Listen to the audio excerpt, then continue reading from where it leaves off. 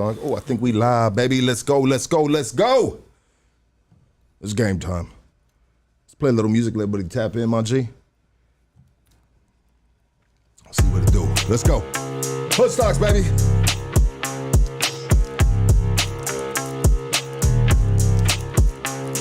I've been a bad man, yeah, the devil's praying to me, and I help him go and get his way.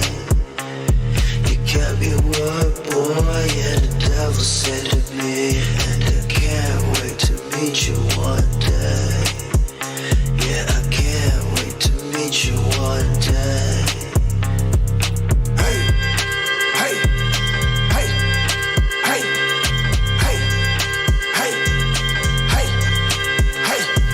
Emotions out of focus, I'm crawling at my lowest. Feet hit the streets like a high-speed pursuit. I'm wild when I move, burning to your head, about to tighten up the noose. Bunch of clown faces blowing clouds of the booth. Woof, woof, hooters at the door, now they trying to run up in.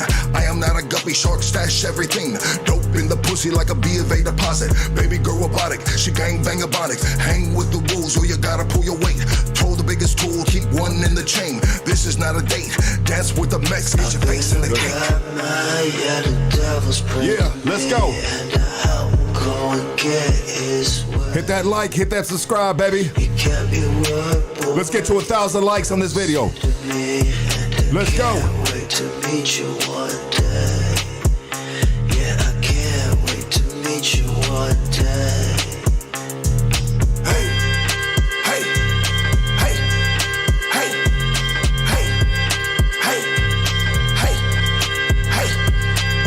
For my thoughts, I still can't make a dollar. Anybody home, Mr. 38 revolver. Holla, Lord, I need change. Heard you heal the hurt, I heard you kill the pain. Homie down the street, you left them dead in the dirt. Now his mama growing grays. Clouds in the skies leave tears on the grave. No smile on the face, just another t-shirt. Small funeral, see his girl when they flirt. Shit still fresh, still smell death. Bunch of drug addicts can't wait to fuck next. We got the slow fade, baby, right here with the slow lane. You know what it do, doggy? That's right. Yeah. You know what? I want to start this podcast off on a little serious note, man. I want to send my condolences to the family of Antonia Mendoza Chavez. This lady, I believe, was walking her dog a few days ago, and she was struck by lightning in Pico Rivera. You know what I mean? And damn. I mean, rest in peace to her and her dog. I think her dog passed too. Did you guys hear about that? Yeah, I heard about that. Yeah. Man, that's crazy. You know, talk about like 1 in a million, 1 in a billion, or whatever the fucking percentage is for something like that happen, especially in Pico, you know what I mean? Like, shit, dog. We don't ever see motherfucking rain, let alone lightning coming down that low. Right. You know? That's right. Man. You know, sometimes I think I just chop it up as God was calling him, perhaps, you know what I mean? Yeah, I mean, I hope it's not like some karma type of thing, you know what I mean? Like, what did you do last week? You know what I mean? I don't want to make a joke out of nobody's death, but I'm just saying, though. You never know. It's kind of interesting, for one thing, because we had like a flash storm. I believe it was on Wednesday. Yep. Matter of fact, I took my kids to Raging Waters that day, too. But it was just kind of like a passing thunderstorm, bro. And lightning came down close enough to kill this woman along with her dog. And when I think about it, it killed her dog too. I mean, did it hit her and then she had like a metal chain that traveled down to the dog? 2 dogs. 2 dogs? 2 dogs? 2 dogs. Damn. What kind of dogs were those, dog, you know? Damn. You would think Canine would know what kind of dog that is. Anyways, rest in peace. My condolences. She was 52 years old, man, you know. Yeah, we just want to... Rest in peace. Yeah, our condolences to the family, man. What a fucking freak fucking accident, but you just never know. Like Boxer said, you never know when it might be your time, you know, how it might come. You know, freak accidents, man, they are real. You got to be careful. Look both ways when you cross the street. Don't be stupid. Pick your head up from that motherfucking Instagram, whatever the fuck you're looking at, TikTok and shit. You know what I mean? Right. Look right and look left. Today we have a special guest out of New Mexico, Sergeant Segura, retired Air Force veteran to now residing in IC, also known as BOXER, the head of Slow Lane Familia Inland Empire chapter, baby. Let's go. Give it up for BOXER, everybody. Let's go. Man, thank you, Lucky, for even having me, homie. I really appreciate it, man. I've seen the people that's been on this podcast, bro, and I'm just like, man, blown away that you would, bring me on here, let me tell my story, man. Much love and respect to you. You know what? Absolutely, bro. But to say something on what you just said right now, bro, people that I've had on here, people just like yourself, bro. Yeah. Amazing people, bro. Right? You know what I mean? And amazing individuals. And this was the whole point of starting this podcast, bro, is telling people like us our stories. Check it out, dog. I have famous people from here to time, like what I was telling you, bro. That's not the bread and butter of hood stocks, dog. But I have them from time to time, and it's cool. It's fun, bro. But what I really like is I like the boys from the streets, the people that live the regular, normal life, that have the same struggles I got, you know what I mean? And I like to hear their stories. And it's funny because those numbers, in compared to the famous people I've had on here, bro, the nobodies, bro, nobodies, right? You know what I mean? Yeah. To the world, but not to us, right? That's you know what I mean? Blow the numbers out of the famous people, bro. I agree. Just obviously listening to your podcast, some of the stuff that's caught my eye the most is the guys that, I heard a cool story about, the homeboy that got shot in, in his groin area. You know what I'm saying? I was like, damn, bro, that's crazy. You know what I mean? But, of course, Cypress Hill, Be Real being out here, I tune into that. But you're right. The guy that got shot, he's the one that caught my attention. You know what I mean? Yeah. Yeah. Or the dude that changed his life, the street dude that changed his life, got out from doing, I'm not saying nobody in particular, all right, you motherfuckers, you know what I mean? Yeah. But I'm just saying the dude that's supposed to be doing good, but he shows up high as fuck on the podcast. You know what I mean? And those are always just like, those are fun for me, bro. That's I'm just like, oh shit. Like, I know it's not fun to see anybody like that, you know what I mean? But it's the rawness of life. It's the rawness of streets. It's the rawness of who knows what happened to this man the night before, bro, that kind of threw him off the wagon or whatever you want to call it, bro. You know what I mean? That he came unglued, bro, and he fell back on the old habit, and then he realized he's like, oh shit, I gotta do hood stocks and tell my amazing story. But you know what we do is sometimes with cats like that, and I'm not saying anybody in particular because we've had a bunch of them, you motherfuckers. Don't be mentioning no motherfucking names in the chat. Lucky likes boys. Stop it. S.A. Max. Dirty bastard. Anyways, we love everybody that's on this podcast, brother. You know what I mean? And it's, shout out to my boy Reuben Silva. He's supposed to be at home with COVID right now, but he's here with us, Did I just put you on blast, dog? Dirty. Hey, you're ready for disability anyways, my boy. We talked about this shit. It's vacation time, doggy. You know what I mean? We going camping. But anyways, thank you to my boy Reuben, dog. He's been very solid in my recent life, dog, and I love and I respect this dude, dog. And when you build relationships with people, then things come out of the bam. He goes, hey, I got my boy BOXER, whoop, and I was like, oh shit, let's do it, dog. Hook that shit up, you know what I mean? And this is how, sometimes people are like, how can I get on hood stocks? Well, sometimes it's nice, it's good to know somebody, you know what I mean? Bam, get in the boy's ear, you know what I mean? And we connect the dots, dog. I like to do it like that. They call it organically. It organically happened. That's right. It was amazing. Anyways, Box, how you doing, brother? I'm doing good, homie. Thank you so much. You doing good? You're looking nice and healthy, bro? Oh, you know what, bro? Look like you've been doing your push-ups? Since I retired, you know what I mean? I like to blame it on COVID. Yeah? Yeah, because I used to be like super, even I used to be a lot better looking too, but COVID hit and then I went to shit, you know what I mean? Yeah. That's why I blame it on anyway. Yeah, absolutely. I haven't been able to work out for probably about a few months already, dog. But because I had a little procedure that I had to take care of, dog, for my body or whatever and shit, dog. And anyways, dog, so I'm going to be getting back on it, dog, you know what I mean? But I usually, dog, you see your boy and... You know what I mean? Well, you still look good, homie. Shit. I usually, yeah. You don't got to say no homo. That's what. In the military, we always got to say. You can say whatever you want, homie. You just got to put no homo on it, and it's good. Oh, so has that been going a long time in the military? That no homo thing? Is that where it came from, bro? No homo? I can't say that. But Okay. I can tell you that me growing up, as a kid, we'll get into it. But I'm saying the kids put me onto the shit. You know what I mean? So I'd be like, bro, you guys talk, forgive my French, man. You guys talk gay as fuck back there, bro. I'll be listening to them talk, and they'll be like, nah, it's cool if you say no homo prior, or post it. You know what I mean? If you fuck up, you can say post, but it's better to say it tactfully. You say it before, and then you can say whatever you want. I'm like, well, all right. But as long as they don't go towards me, homie, we're good. You know what I mean? You guys can say it to each other, but yeah, I mean, you know what, dog?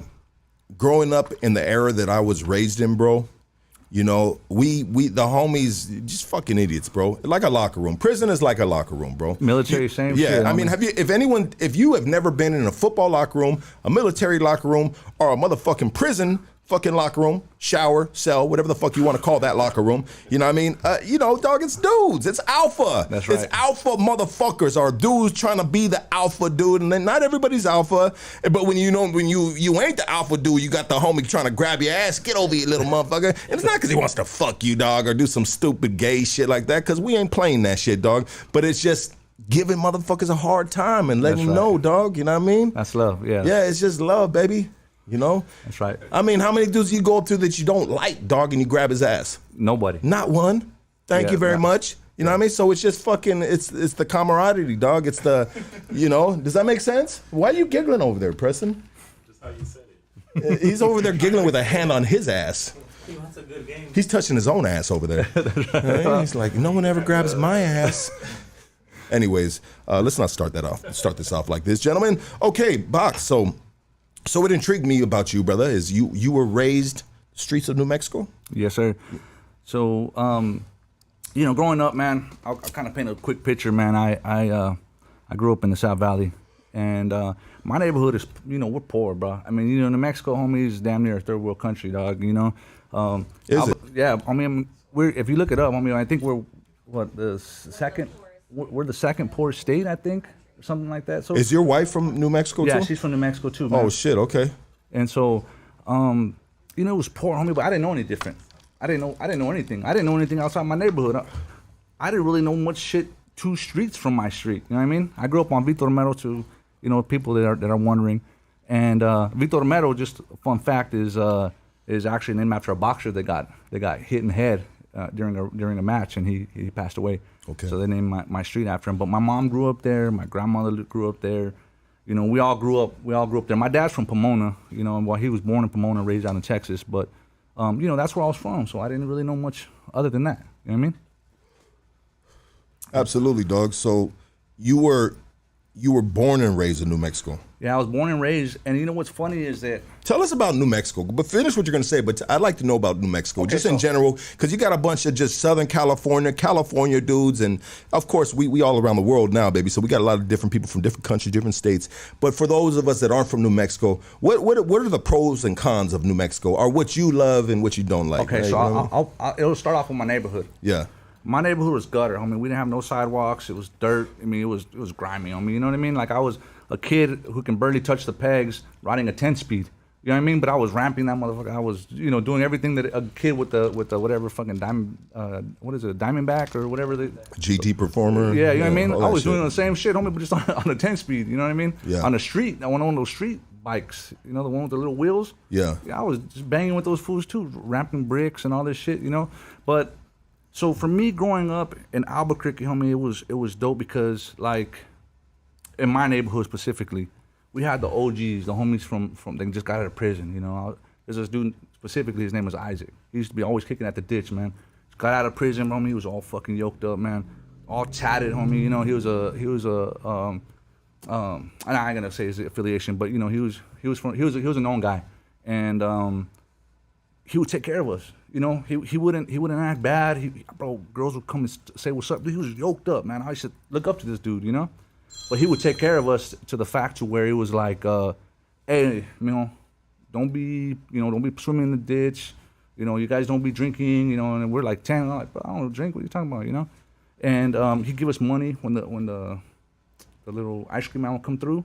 We look for Isaac, because Isaac would give us money to buy shit, My neighborhood, I can run up and down the street. I'll ride my bike up and down that motherfucker, bro, and cars will go slow because the OGs will protect it. They would throw rocks. They would throw rocks at you if you go fast. So that's the way I seen it. You know what I mean? But we were poor, dog. I mean, we're poor, homie. Everybody's on commodities. Everybody, you know, my mom, single mother, you know what I mean? She was doing her best, you know what I mean? I grew up on the government cheese and you know, but my grandma lived right down the road, so we can go over there if we wanted to, you know. Yeah, that's the way it was, you know, from my eyes. I don't brag about nothing from Albuquerque, homie, but the comida there, man, homie, the comida there's got... It blows away L.A. or what? I ain't gonna put that on me because it ain't where you're from, it's where you're at. But I will say, homie, that I ain't gonna brag about nothing from New Mexico, homie, but the comida is good. Yeah. They got good comida because they still do it old school, like your nana's making it, you know what I mean? Yeah. The chile, you know, a lot of the shit comes from Hatch, New Mexico, you know what I mean?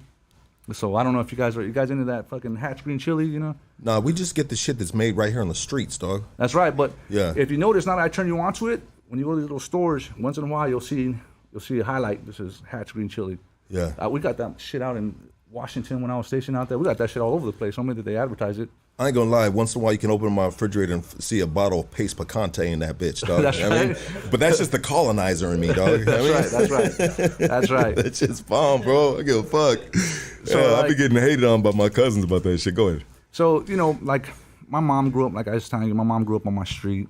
My uncles grew up there. My aunties grew up there. So, to me, I didn't really get out of my neighborhood often, man. I was always in my neighborhood, dog. I never went anywhere. What's the terrain, though? There's no sidewalks, so it's just fucking a dry terrain. What kind of weather's out there, in bro? the South Valley, there's a lot of trees. Okay. But there's just no, it's like TJ, I mean, it's just, there's no, I don't even think to this day there's sidewalks on my street. What is it predominantly out there, bro? Is it Hispanic. Hispanic, huh? I think New Mexico got the highest Hispanic ratio to whites. Is that right? Yeah, so, I mean, it's all, homie, me growing up, I didn't really bang too much until I got into a neighborhood with other homies. Because there was really I think there was one black guy that went to my school. You know what I mean? Yeah. So we'd always pick him up to play basketball, but other than that, I didn't know shit about, I didn't know nothing about him. You know what I mean? Yeah. I mean, like, we just knew he was good at basketball. we just knew that homeboy was good at basketball, man. So, his dad was a cop. That's what I knew about him. But we never had no problems with them. Weirdly, it was like the Chicanos and the Mexicans that would bang. In middle school, that was like the big thing that we did. In middle school. And so when you say Chicanos and you say Mexicans, are you talking about the dudes that were born here and the dudes that weren't born here? Yeah. And you talk about the paisas then? Yeah, you know what, homie? I never understood that though as a kid because going back to when I was raised, my dad, he was a rock and roll gangster, homie. He was in bands, he was in the bikes, he was out doing his thing. You know what I mean? He left us I think when I was 2 years old, and so I was raised by a dude from Mexico, from Zacatecas. So I knew that part. You know what I mean? And of course I was Chicano, but it was kind of weird that why are we fighting with these fools? But what it was where it started was these dudes would come and talk shit to us because maybe our Spanish was a little off. You know what I mean? So it was kind of like, and of course we would talk shit back to them and say shit like, motherfucker, go back to Mexico. It's fucked up shit. We go back and forth with it until it got out of hand. You know what I mean? But their parents would come and bang with them. It was crazy. Yeah. But it was nothing like too crazy. But the point is just like there wasn't a lot of white people in my school. There was no black people in my school, bro. Just like one dude, I think. So how is work out there, bro? You know what I mean? You said you were raised a little bit poor on the poor side, bro. I mean, what is New Mexico known for when it comes to, like, is it agriculture? Are they fucking building fucking horse trolleys there? You know what I mean? Like, how do you make money in New Mexico? I mean, construction. I mean, what is booming out there, bro? So you gotta forgive me, homie. To all the homies out from New Mexico, I haven't lived there in over 20 fucking years. There you go. Yeah. So. But I will tell you from what I know, Intel's there. You know what I mean? So that's a big company. What else is there? Southern New Mexico is really big on agriculture. Agriculture. Northern New Mexico, I don't know where people work out there, honestly. Yeah. Yeah, it's hard. It's diverse because Northern New Mexico has more mountains. Southern New Mexico is very agricultural and dry. It's different. It's hard, man. My little brother Travieso, man, that dude works. Man, he works hard on me, and I feel bad because I see how much work he puts in, and it's hard for him to get ahead. You know what I mean? Like he works harder than I do, but this dude, it's hard for him to get ahead. I mean, it's hard to make money when there's no money. You know what I mean? You know what's crazy, bro, is a lot of people talk shit about California this, California and that. But damn, baby, you out here in California, dog, you can get, you're going to pay top dollar for a house. You're going to pay top dollar for rent, but you can also, I mean, you can make a good living out here, bro. And it's a land of opportunity, bro, where, you know what I mean, where dreams can come to reality. And that's why people move from other states out here, that's dog, right, to fucking capture their fucking dreams. So all you fucking crybabies that live here in California and all this other shit, dog, go move to New Mexico, motherfucker. Right. You know what I mean? I'm just saying, dog. You know what I mean? Their laws might be better. They might coincide, you know what I mean, with, Texas. Go move to Texas, dog. You know what I mean? Hey, when people tell me that, homie, I'm just like, bro, go. I'm gonna tell you, I'm gonna get a perfect analogy. Take it from your brother Boxer, right? The grasses couldn't be greener in other places, right? For an example, the grass is greener in Washington, homie. That's a fact, right? I live there in Washington State. Homie, it fucking rains there 24/7. So yes, the grass is greener in Washington, homie, but you gotta deal with that depressing ass motherfucking weather. So do us a favor. Take your chances. Go to New Mexico. Go to Texas. Respect whatever the case is, homie. But I could have moved anywhere I wanted to, dog. When I retired, I retired out of Washington, and you know where I moved to? Motherfucking California. Yeah. So this is a fucking land. This is a dream. This is a dream for me, man. Let's go, baby. Cali, baby. You know what I mean? Land of the palm trees, big titties, and motherfucking weed, homie. Shit, don't play with it, dog. That's right. Yeah, but you know what? It's like this, dog. I'm gonna use Joe Rogan for an example, dog. Joe Rogan was like, man, fuck California. The place is gonna burn. The governor, this, that, and bop, bop, bop. And you know what? He might be right, okay? He might be right about a lot of things in regards to, you know, just politics and stuff. And it's always gonna suck somewhere, something you're not gonna like, right? But Joe Rogan can go anywhere and live still a rich man. That's right. Joe Rogan is rich out here, and he's even more richer in Texas. Why? Because the cost of living is cheaper, and so on and so forth. And the laws and that's governed down from those guys. You know what I mean? Coincide to what he believes in, and it's better. Okay. But it's not better for some dude that's fucking struggling and potentially is working a blue collar job, because I know one thing, all my union brothers in Texas are traveling out here to California to get this big paycheck, dog. Am I right, Reuben? How many dudes under Texas are under you, dog? Too many. Go ahead and say it. My brother. You know, and they come into California, they're like, oh, hey, yeah, Texas, but Texas ain't paying them shit. That's right. They got to come to California, get the money, and then drive back to Texas and spend the money there, dog. My big brother, rest in peace, man. He was an iron worker, you know, and shout out to all the iron workers, man, because I know you motherfuckers, the gangsters of the construction trade, man, bro. You know what I mean? You guys are the fucking. My hat's off, homie. I already know what it is, man. My brother was an iron worker for about 10 years, 15 years, and bro, I know what he went through, bro. And that motherfucker was a solid dude, man. You don't want to cross him. But he would go to Cali because you know where the money was at? In fucking Cali. Go to Oakland, he'd go anywhere he could in California, homie. That's where he would go and to go work, because that's where the money was at. You know what I mean? So, but yeah, man. Going back to like New Mexico, dog. It was cool, you know. Like, it's hard. It's hard to make money when there ain't no money, man. You know, you got 5 people pulling 5 different ways for a $5 bill. You know what I mean? So it's. The shit out there, the drugs is heavy. So if you want to be into that, you want to make some money. Sometimes that's the only way to do it. You know what I mean? Luckily for me, you know, I'll go back into me and you talked about this. You know, I grew up in my neighborhood, man. My neighborhood was beautiful, man. I ain't got nothing bad to say about my neighborhood, bro, in the South Valley. Those who know, you know, and dudes across the street from me, man, had lowriders. This dude over here. To the right of me had a little mini truck, dog. So I was into the scene, man. When I was a kid, I never thought about a Lamborghini or none of that shit, man. Bro, my dream car was an '87 Regal.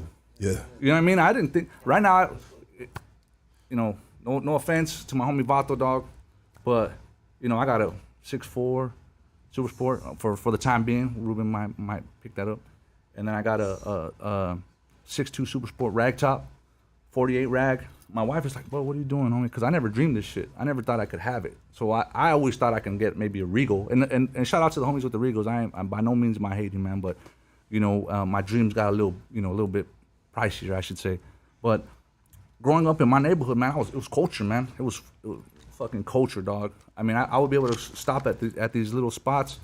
On the way home, there was a tortilla spot. I'd walk in there, and they'll give me tortillas, bro, on the way home. You know, it was dope. My neighborhood was dope, dog. It was a mission to get home because there was always stray dogs, and sometimes the motherfuckers chase you. But it was a mission, you know what I mean? But I loved it, man. And so I ended up moving from that neighborhood. This is where my circle turns. I grew up there. Everything's perfect for me, man. And then I moved over to this other place. It's called Kinney Brick. And again, those who know Kinney Brick, bro, it's a construction area, industrial area.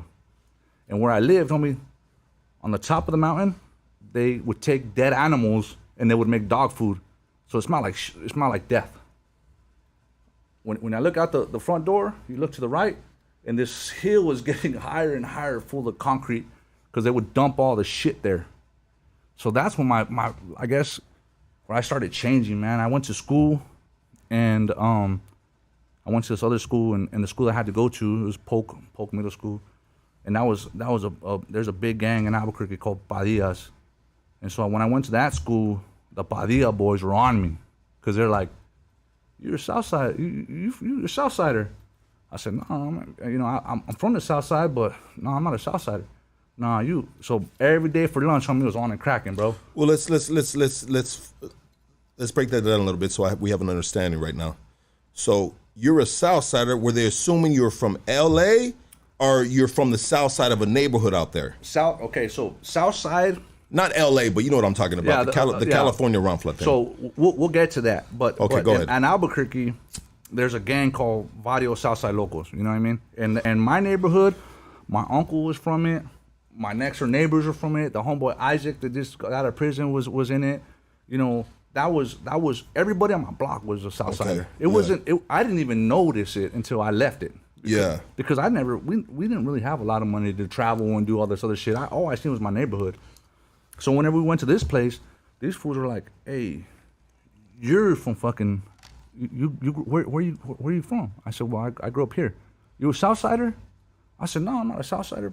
"Nah, you know what? You grew up in the South." So it was on and cracking, homie. Yeah. It was on. So I used to have other homies before me, you know, that I knew, my brothers, that would come and defend me in middle school. And so one day they came and they're like, one of the homies says, "Hey, are you a Southsider?"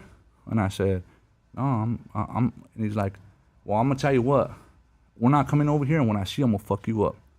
And I said, "Well, you know, why would you fuck me up? I ain't doing shit. I never did shit to you." And he's like, "Well, because you're not representing your neighborhood where you grew up at." So I was like, "Damn. Well, I guess it is what it is. I mean, I'll do my fucking 13 seconds, whatever you guys do." So I got my 13 seconds in, and then I got ranked in the Southside. Then I had a big target on my back. Okay. So fast forward, I made it through middle school. We I'm not gonna say we took over that school, because anybody who knows Padillas, you ain't taking over that school. But we had enough to where it was a deterrence. So we weren't getting beat up every single day. You know what I mean? Yeah.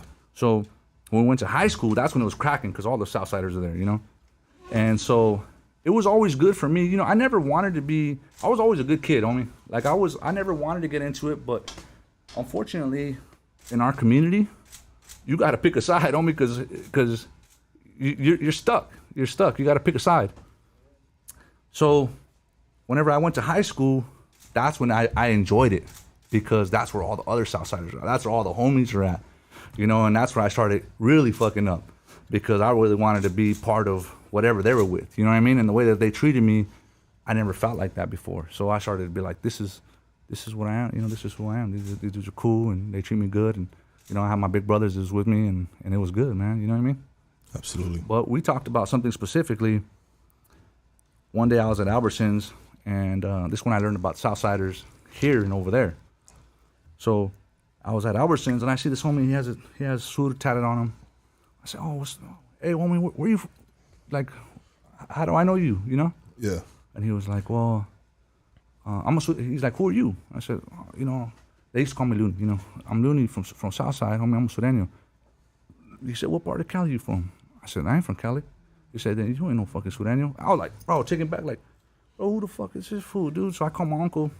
My uncle's a Southsider, you know.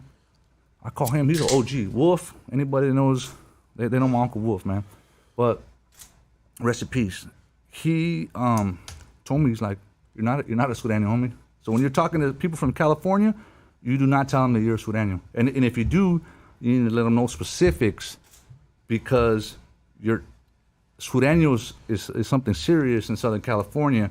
Over here, your gang is serious here, but when you say Sudanos to somebody from California, they take it a different way. And they're gonna check your resume, you know what I mean? So, so just know that, it's different. It's different. It's Southside. Obviously, Sudanio is a Southsider, but, I didn't know that there was a difference between them because I never been out of my neighborhood, Absolutely. But yeah, that, I did that. I did that trip for a little bit. I started getting in trouble. I moved with my jefito. He lived out in Texas, so I lived out there for a little bit, and then shit, bro. I mean, I went from school to school. I got kicked out of school in Texas. I went to my wife's school in like the middle of nowhere, New Mexico, and that's where I met my wife. How old were you when you met your wife? How old were we, babe? I know this answer. I just want to make sure you know it. What? 15. 15 years old. Hey, bro, tell her how I was on the court, though. Congratulations. Damn. That's dope. So I scooped her up, Everybody hated me, but she loved me at the school because they were always like, But I think that's where my life started coming together. You know what I mean? Like,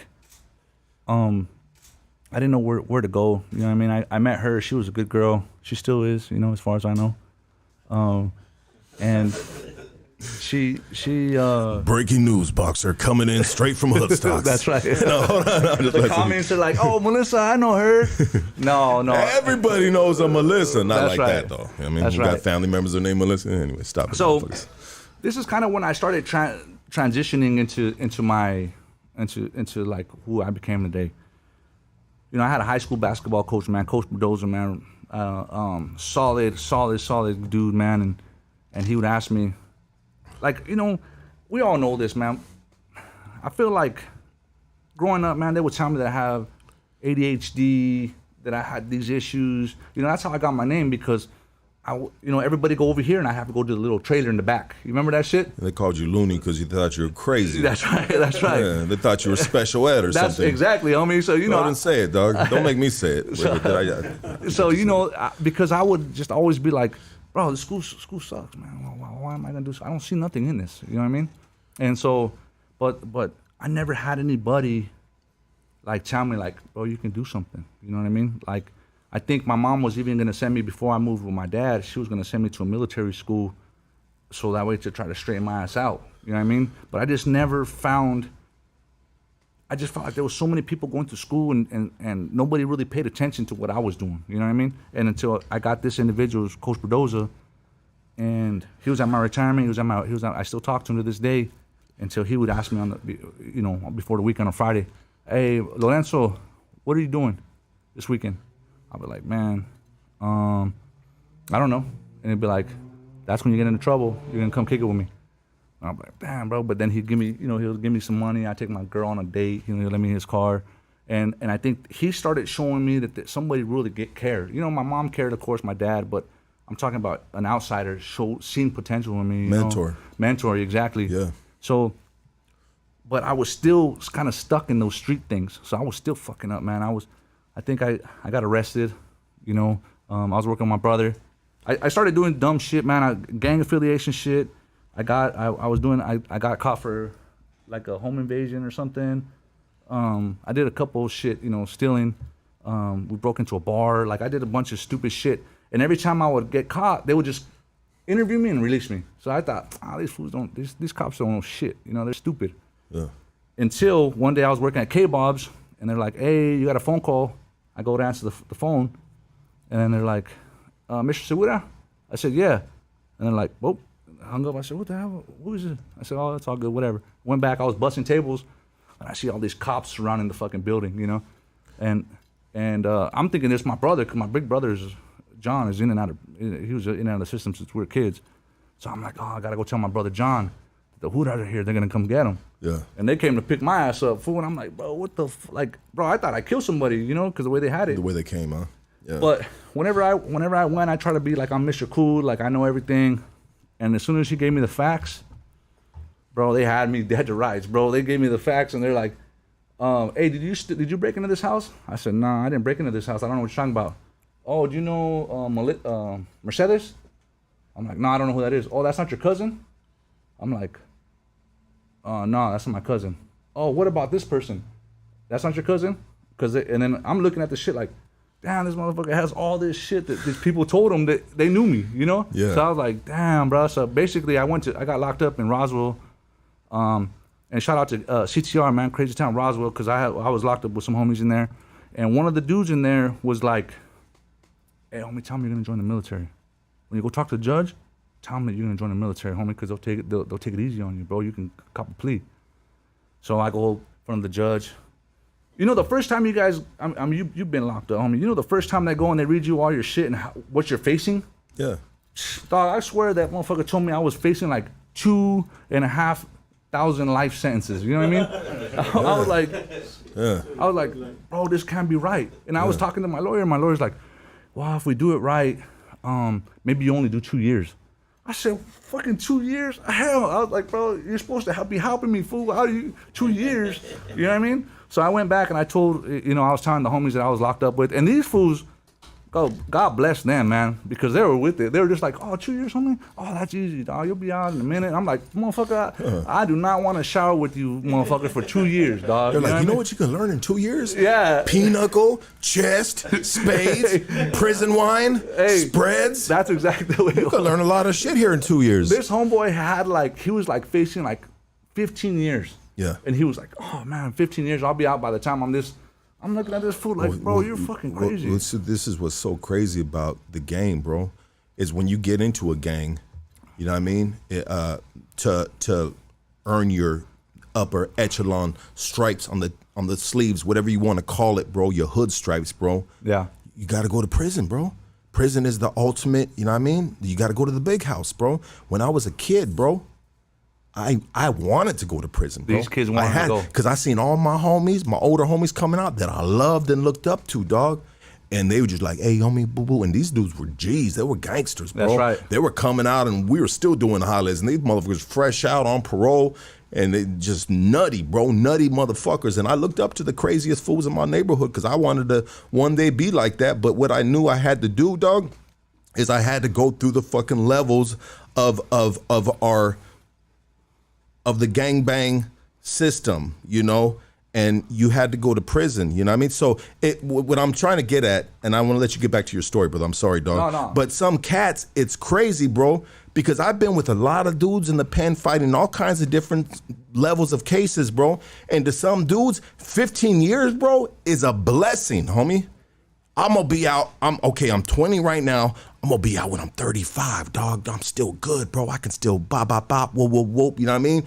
And I guess that depends on what you're facing. That's right. Right? If you're facing life, you maybe killed somebody or attempted or some shit like that, dog. 15 years, homie, is a blessing, dog. You go back to the dorm, you celebrating, dog. You know what I mean? You can bust open the bag of Pruno. It's a celebration, bro. You know what I mean? You're going to be out in 15 years opposed to fucking life. Go ahead. I'm sorry, bro. No, you're exactly right, homie, because these dudes were like, and then from here, homie, we go to Springer.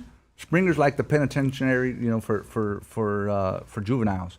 And Springer's way better. They're like talking about like they got a badass rec room. And I'm just like looking at these motherfuckers like, homie, you like for them to run their fingers up your ass every fucking day, homie? Like that doesn't bother you at all? You know, like I'm thinking about all this shit, but I don't want to show them my cards because then they're gonna think this fool's weak or some shit. You know what I mean? Bro, and they prey on those. So I'm just like, bro, what the fuck are these? And these homies were younger than me, and they're just like, yeah, homie, I'm the only dude. Like 2 years? Oh man, that's fucking nothing. And I'm just thinking to myself like, homie, I gotta figure this shit out.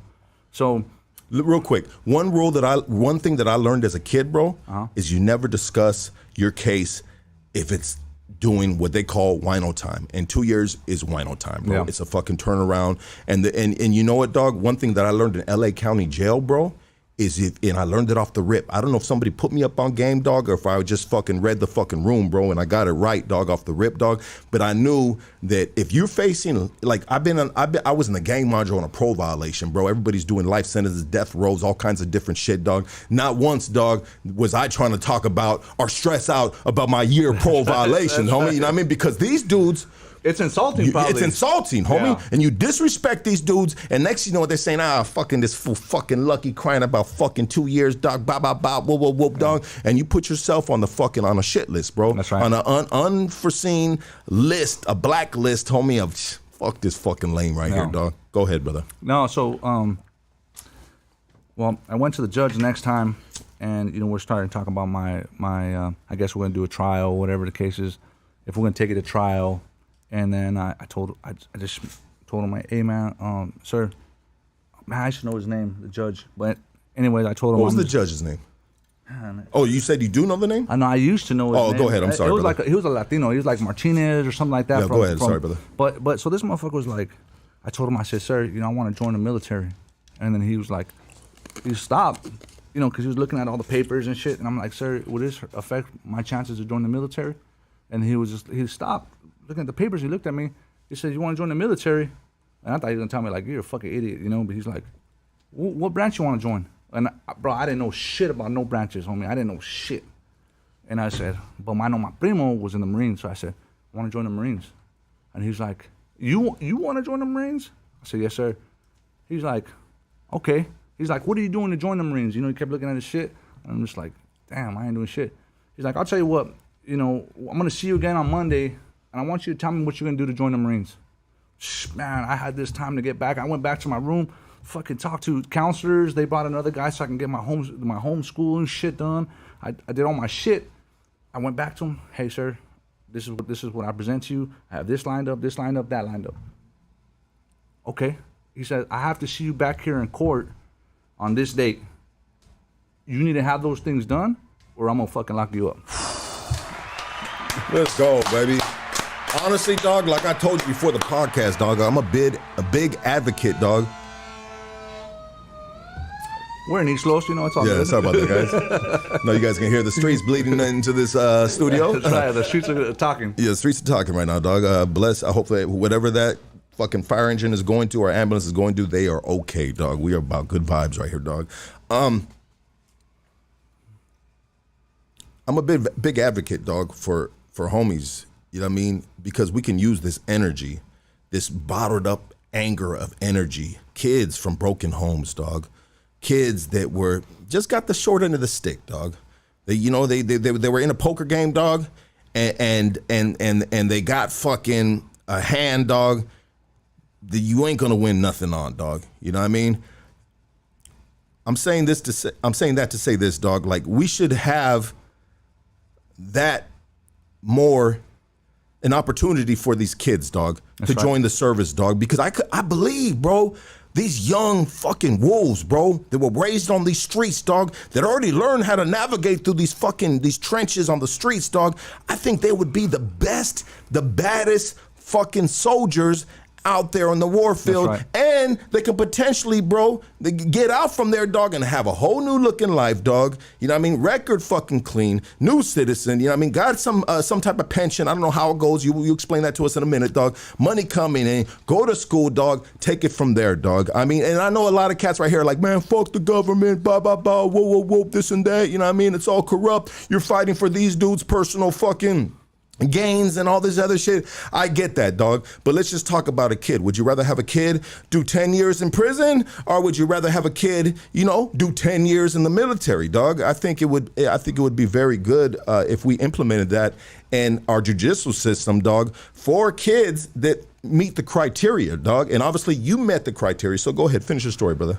Well, you know, me being a horrible, horrible fucking criminal, when I followed up, you know, one of the little bullshit things I had was driving without a license. It was a little bullshit. I pull up, homie, and I have all my paperwork, dog, ready to go. My lady lent me her car. I pulled up, you know, she was 16 years old, man. I don't know why she was with me. I still don't know why she was with me, but at that time I definitely didn't know. But I pull up, and I have all this paperwork. I'm so excited to see the judge to show him what I've done, you know. And then he's like, before I even start, he said, he's looking at me. He says, Mr. Segura, did you learn anything? And I'm just like, oh shit, you know. I'm like, what are you talking about? He said, I'm showing here that you don't have a fucking license. Why the fuck did I see you get out of that car right there? Yeah. And I was like, oh my God, bro, what the fuck? And he was just like, I'm like, bro, I'm going to get locked. I'm going to tell my chick just come get her car because this fool's going to send me away, man. And basically what he did was he chewed my ass for a little bit, and then he sent me on my way. And then he sat there and watched for somebody to come pick up the car because he told me I was not going to leave in that fucking car. Yeah. But, you know, this judge probably saved my life, man, for real, because I would have been caught up in the system, man. I would have been a totally different dude, man. I don't know what he saw in me, you know. I don't know what a lot of people, you know, there's a lot of people in my story, man, that I can't get to that they seen in me, man. But you know, he gave me a chance, man. And you know what? If he was here today, or if he can, you know, I want him to see that, you know, that one chance he get. Well, he could probably give me like 5 chances because of all the shit I did. But you know, those chances, that chance he gave me, homie, I made the best of it, bro. And I think that in this life, we get a chance, homie, and it's what you do with that fucking chance, because it might be your last fucking chance. Well, some people get the chance presented to them, bro. Yeah. And they're so deep in the street thing, or so deep in their what they believe is real at the time, bro, that they pass that chance up, dog. Yeah. You know, and they won't realize the chance that they blew years down the line, if it's in a drug rehabilitation place, if it's, you know, and it's just in a bad spot, dog. You know, doing life in prison. I don't wish that on nobody, bro. Shout out to all my brothers that are in the system right now, holding it down like big dogs. Your time's coming. They're letting you motherfuckers out, dog. Run a clean program. Get out that bitch, dog. Come get some of this freedom, even if it's in the later years of your life, dog. I love you motherfuckers, dog. And I want the best for everybody, dog. But, yeah, dog, so you had the chance. You took it. I took it, homie, and I fucking ran. So, you know, after that, I found out my wife was pregnant. She was my girlfriend back then. You know, we were still in high school, man, and everybody's looking at her, man, and it was fucking the worst feeling in the world, man, because, you know, she's always been a good girl, homie, and I don't know what the fuck she's seen in me, but... You keep on saying that, bro. I think it was my basketball skills, really, if I'm being 100, you know what I mean? Yeah. You know how to take it to the hole? Oh, homie, well, hey, that's how she got pregnant, right? That's how she got pregnant. No disrespect, I mean. Nah, it's all good. Thank you, my boy. But yeah, this thing. So after that, homie, check this out. In December 2000, I was gonna join the Marines. I ended up joining the Air Force, man. My cousin, the Marines were kind of giving me a fucked up thing because I wanted to join the infantry, and they're like, bro, everybody wants to join infantry. We're gonna bring you an open contract. My primo, who was a prime Marine, he was like, bro, you're gonna be a cook. You're gonna be something fucked up. Don't do that. Talked to the Air Force because I was at Hickam, in Hawaii, and bro, the Air Force gets treated good. You're about to have a family, so I was like, fuck it, whatever, you know. So I went and I ended up joining the Air Force. But in December, was it the 21st? I had my daughter. Oh, the 8th. I had my daughter the 21st. We got married, and then the 28th, I was gone, homie. I was like in 1 month. In those, it was a wild ass month. That was a wild ass month. Yeah, man. that sounds, dog. You had a baby, you got married. I mean, it sounded like you did everything right almost. You know what I mean? You just make sure you're tying all your P's and Q's before you head off to the Air Force, That's baby. Right. You know what I mean? Lock baby down, you know what I mean? Gotta put a ring on it real quick. That's right. I'm gonna be back. That's right, man. So, you know, and I'm gonna tell the homeboys out there, man. I mean, if there's one little youngster out there, man, who's going through the same shit or something similar, bro, this shit, the military shit was fucking easy, man. This shit was, man, for us. Okay, so let me ask you something, Lucky. Yes, sir. An older guy comes into the room. What do you do first? An older gentleman comes into the room. What do you do? I mean, usually, bro, we were very hospitable right here, dog, and I always be very respectful, dog. So, what we do, you know, as our culture, is we stand up and we shake his hand. Absolutely. You don't stay sitting down. You know, you don't. No, stay never on your that. phone. You stand up and you shake his hand. Yeah. In the military, when somebody of rank comes in the room, you stand up. So to me, they were teaching these fools shit, and to me, that was already what it was. It wasn't nothing. You already taught this shit. I was already taught this shit. Yeah. Homie. Hey, what you need to do is at the end of the day, fucking pick up your trash and take that shit outside. You're telling me, homie, that's the way I was brought. I mean, is this? But you'll be surprised. These spoon-fed motherfuckers don't know how to do that. Yeah. And they got to teach them Bro, I showed up to fucking roll call. Roll calls where we go out there, we do uniform inspections, all this shit, and these motherfuckers wearing 2 left boots. And you're just like, homie. And this motherfucker walked 2 miles from his dormitory to where we're at, and he didn't know he had 2 fucking left boots. So I'm like, bro. So I said that to say, brother, if you guys are out there, homie, I promise you, bro, we shine out here, dog. I mean, we know what it is, homie. We're ready to go at a minute's notice, bro. You know, we come from the streets. We already know protocol, bro. It's nothing for us, man. It's easy. It's easy. It's an easy lifestyle for us to transition into. Absolutely. I mean, it's discipline. It's a lot of klecha that we were already taught At a young age. At a young age, you know, but from the streets as well, because the streets teach you, you know, a certain klecha. You know what I mean? Yeah. Some for the worse and some for the good of the streets, right? Yeah. There's both. You got to pick and choose. You know what I mean? But one thing you will learn going through the prison system or being from a gang is there's things you do and you don't do. I mean, there's hygiene. There's, you know, just, you know, like you said, an elder comes in, you give him his respects. You know what I mean? So on and so forth. That's bro. right. That's right. You know what I mean? That should come like second nature. And I think the hardest part for me is people that have known me my whole life, homie. I've always been me. You know what I mean? Like, I've never altered. My wife, sometimes my wife gets upset with me because I'm still rocking the Pendleton and we're trying to go to a nice little spot. She wants me to wear maybe a little tie or something. You know what I mean?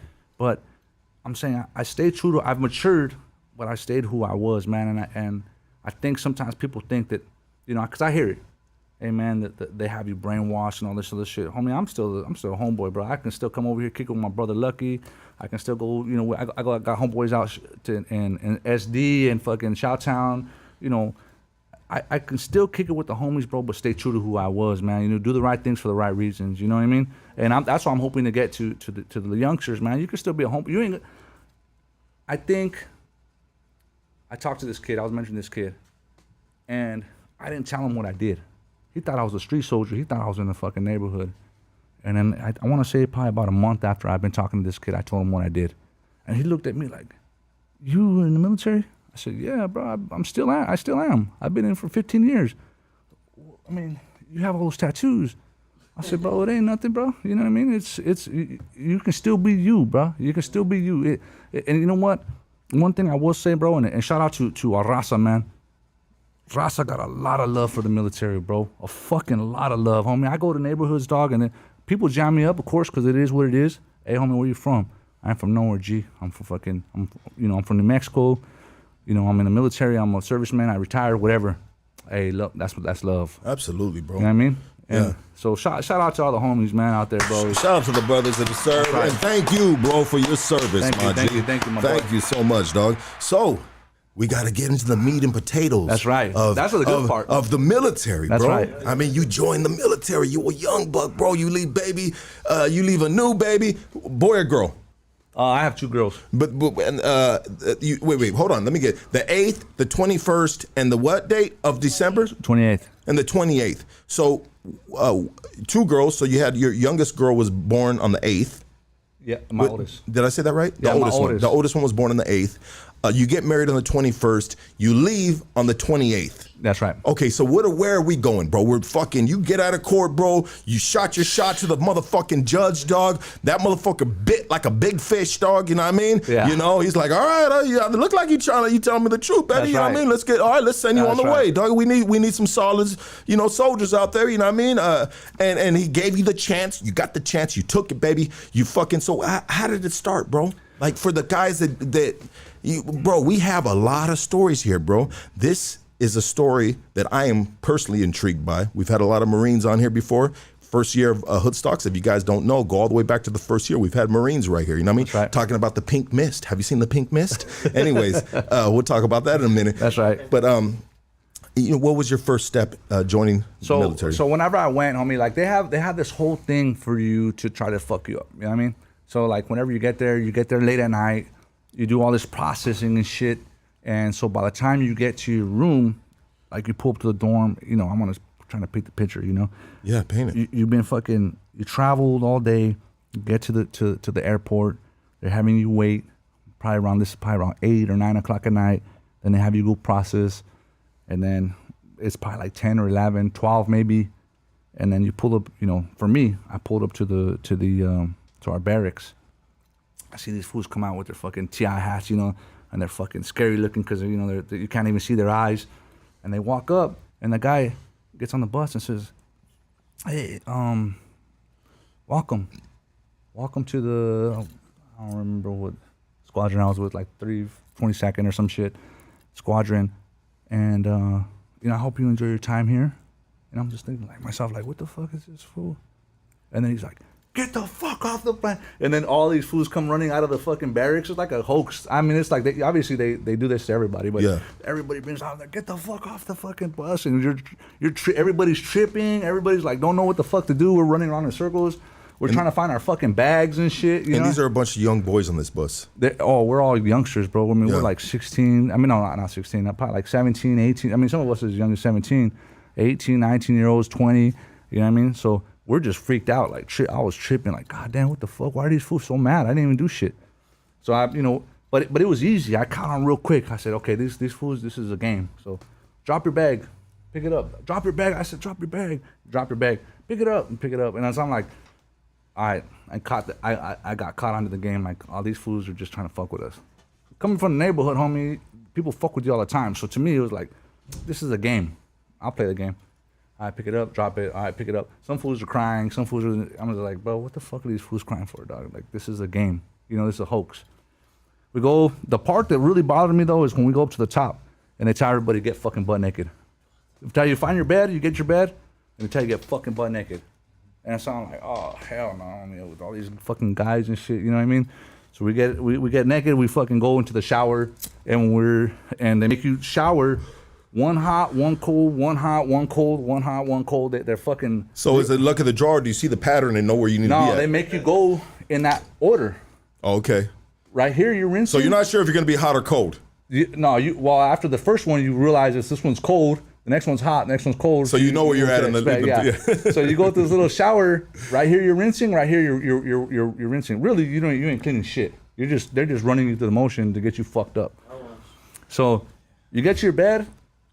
I mean, there's all other bullshit, man. You get to your bed, you lay down, bro. Right as soon as I started to get comfortable, lights come back on. They fucking tell you to get up, and you start your day there. So you're like fucked up, like you're in a daze because you didn't sleep, and you start your fucking day. What is the psychology behind this? If you can just like, I think it's honestly to weed out the weirdo motherfuckers that are gonna snap. Okay. Get them out. That's the psychology behind it. And they want to see how you deal with pressure. Yeah. And I think that was the hardest. The first night was my hardest night, but after that, it was a fucking cakewalk. Yeah, and so I can imagine. Well, there's always going to be cats that aren't going to make it through that. Yeah. Get up, sit down, get naked, lay down. I mean, and then especially when you're working with lack of sleep. I mean, That's the ultimate test of your mental capacity. Exactly. Like, are you strong enough for this? Yep. You know, which I've been tested 1,000,000 times in prison, and I had to ask myself sometimes, standing in a stand-up coffin, a cage, bro. You know what I mean? Am I? You know what I mean? For hours. Am I mentally strong enough for this? But when you're in that position, you have no choice but to be mentally strong for it. So me, as my inner person, right? I'm gonna get through this shit. You know what I mean? But not everybody is wired up like that. You know what I mean? So like you said, they're trying to weed out the weak. And then after that, homie, it was like pride, homie. We're some of the pridest motherfuckers, dude. You may not be a runner, but if I challenge you right now, like, hey, homie, you know, let's mean you go outside and let's see who can run fucking faster. You're gonna give everything you got. You know what I mean? Absolutely, even if I lose. That's just the way we are. I mean, that's the way we were brought up. So for me, when I was running around the fucking track, I was like, bro, fuck this motherfucker, homie. This, you know, no disrespect to all the white homies or whatever the case is. It just, you know, but if there was a negro or a güerito or a fucking a Filipino, whatever, it didn't matter who it was. Anybody can get it. I wanted to show them that this motherfucking Chicano's gonna finish first. You know what I mean? Let's go, baby. Let's go, baby. That's right. Yeah, let's go, dog. Survival of the fittest, homie. That's right. And what was funny is I used to tell motherfuckers like, yeah, they'd be like, hey, well, where you? Everybody always says, what part of Cali you from, homie? I said, I'm not from Cali, homie. I'm from New Mexico. Oh, that's right. You're from Mexico? No, homie, New Mexico. Where the fuck is New Mexico? It's between Arizona and fucking Texas. I'm like, oh, where I will tell people, no, I'm from Albuquerque, homie. Oh, what part of Cali is that? Yeah. No, it's people Automatically just assume, thought you were from the yeah, like it's like nobody in the fucking world knows where New Mexico is. You know what I mean? So, but I would make it a point to be like, yeah, homie, you know, I'm from here, I'm from fucking Albuquerque, homie, you know, and representing, you know. Yeah, absolutely. And it took me a long time to realize that fucking motherfuckers did not care that I was from Albuquerque. People like, bro, I don't give a fuck you from Albuquerque, homie. What is that? You know what I mean? Yeah. So after a while, you just said, I'm from LA, homie. I'm just from LA, dog. Fuck it. You know, that's what they thought. I'm from wherever you think I'm from. That's right. That's right. So, but I got through basic training, dog. I went to my first duty station. Me and my lady, we moved out there. We got our first little crib, you know, and we didn't have shit, but you know, we made it through, dog. Like we, you know, I wouldn't be me without her. I mean, sure. yeah, absolutely. And shout out to your old lady. You know what I mean? Shout out to Melissa. So real quick, bro, getting your first little crib out there. So is she on the barracks? Is she on the? No, I didn't get a barracks. When you're married, you get your own little crib. They give it to you. They give you a little crib. Yeah, they pay your utilities, they pay your water, they pay your heat. You know, the only thing you got to pay for if you want cable, they give you the bare minimum. The military's gonna give you what you need to succeed. Period. And so they gave you guys a house by your training station or location? My base. I'm sorry. Yeah, your base. So I was in North Carolina. I was at Seymour Johnson, and I was working. My job was a F-16 mechanic. So we got stationed there, and right when we got stationed there, bro, I got a fucking phone call from my mom, and she's like, "Hey, have you seen the news?" I work nights, so I didn't see the news. But she's blowing on my phone. I said, "No, we're terrorists attack." And I'm just like, "What the fuck are you talking about?" So I turn on the news, and I'm watching the TV, and I see another fucking plane hit the towers, and we're just like, "Fuck, bro." Yeah. So I got a call. 9/11. 9/11. I got a call from my unit, and they're like, "Hey man, pack your shit.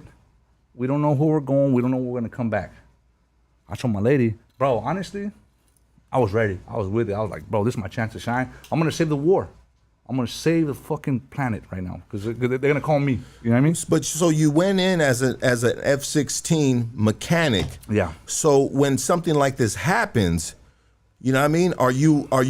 Are they having you suit up and boot up to now fucking strap up and go fight this war? Or are you going out there to do what you do as a mechanic? So, and how did you learn to do this as a mechanic? Did you just get thrown in it and he had to go to school for it? Like, how does that work? Good point. So whenever you test, you got to take all these tests in the military for them to find your job. And I was good at mechanics. So that's where I scored the best at. And out of all the jobs, that was a job that seemed the best for me. I mean, that I liked, you know, that I was intrigued by. And so I joined, I signed up to be a mechanic. Thank you, my boy. And so, but when it's time for war, they'll give you a motherfucking rifle, dog. I mean, because we don't know where we're going to be at.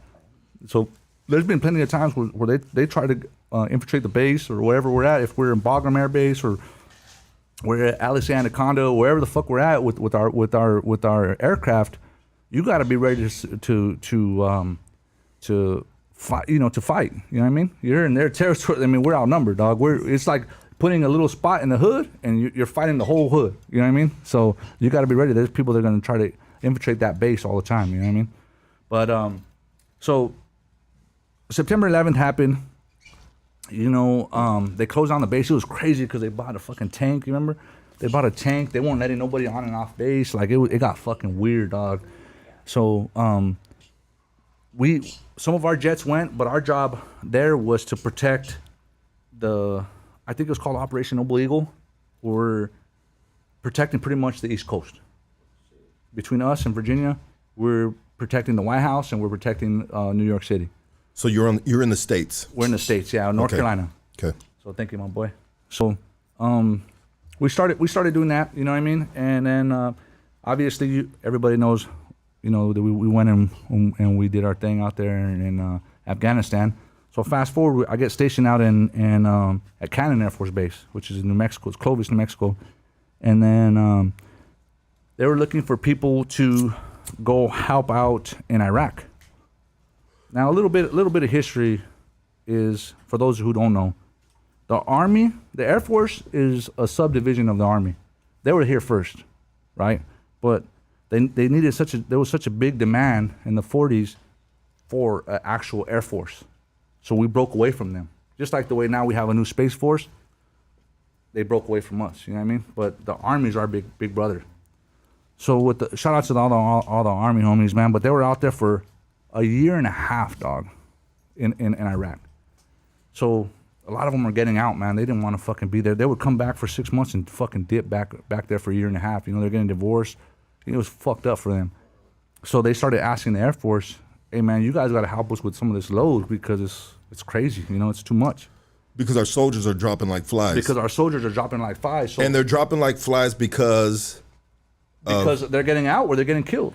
They're getting killed. And so they're getting out there in the war zone and fucking life is flashing between their eyes, bro. That's right. And they're saying, you know what, fuck this shit. And at the same time, they're having problems at home, you know, which doesn't help the situation. You said, I mean, divorce, you know what I mean? All that shit. You know what I mean? You can't hold on to your girl because you're gone. Yep. You know, X amount of the time throughout the year. I mean, yeah, bro, this is real life in the military. With a lot of us don't know. A lot of us civilians don't know, bro. Yeah. You know? So, They came through and they're like, hey man, we're looking for volunteers to help the Army doing convoy duty, tower duty, fucking like we would protect the contractors and do all this shit, all this other stuff. So I was like, bro, this is my chance. You know, I wanted to fucking be infantry from the gate anyway. So I was like, bro, I'll do it. And everybody's like, bro, you fucking stupid. Why would you want to do that? I'm like, bro, I don't know. I just felt like it was, for me, I'd be lying to you if I said I did it because I wanted to do the military. For me, I did it because, no, I'm bullshitting. I did it because of the military, because I remember September 11th. I did it because I felt like that was, from the gate, that's really what I wanted to do. You know what I mean? I wanted to do this. So this was my chance to like really show myself that this is what I wanted to do. You know what I mean? So I went to this training. We did some training. They brought in a group of Army dudes. They did some training. So when I deployed out there, man, we went to a base called IUD. At this time, was still September 11th was in my brain, man. And then this is what I'll challenge you, the homeboys, man, that's listening to this, man. Like, don't listen to the news, man, because this shit's bogus, bro. Like, form your own opinion. I'll just put it like that. But people are forming a lot of opinions that don't coincide with maybe your opinion, bro. And that's okay. That's okay. All I'm trying to say is just form your own opinion. Don't take it off the media. Take it off of what you see. Because you believe there's a lot of fake news being put out. 100%, homie. So you 100%. believe what Donald Trump was saying the whole time about fake news is correct? Because he's the only dude that he basically came out with that phrase, fake news. Well, first off, no disrespect to other homies that support him or none of that shit, but fuck Donald Trump. But I'll say that yes, that point, yes, he is correct. Yeah. So, but going back to this shit with us going. Whenever I was on the plane, there was this motherfucking Arab dude I was looking at, and I was like, bro, this fool is weird. And I think I was making him nervous because he kept looking back at me, and I was looking at him like, bro, you better not try no shit here, because I'll fucking, because I was taking a civilian plane to Baltimore, and I was looking at this fool like, bro, if you trip, because he looked nervous, bro. He kept looking back at me, and I'm just like, bro, what the fuck is this? From the neighborhood, we're always looking out for shit like that. We're always reading the room. We're always reading the room to see who's acting weird. Absolutely. So I was looking at this motherfucker like, bro, if this fool trips or he tries to take, I'm thinking of all this shit that I see on the media. Long story short, bro, this motherfucker went with me. His name is Ajmal Hassan, and bro, he went with me and served in Iraq, bro. And I felt bad because as soon as we got off the plane, the next day we meet up and I see him in uniform, and I was like, bro, I even told him, I said, bro, I thought you were a fucking terrorist, dog. He started laughing and shit. He's from New York City. We went to go visit him just last year. His wife's a doctor, man. He's doing big things. But bro, I looked at him like, dog. But that was the media. The media gave me like a false, like these fools hated us. Conception, yeah. You know what I mean? So Conception. we go to the deed. That's when they give you your Kevlar. They give you your weapon. They give you all this shit, and then we fly in on a C-130. I thought it was a fucking joke until we were coming into LSA Anaconda in Iraq, and I start hearing fucking, and I was looking out the window. What the fuck is that?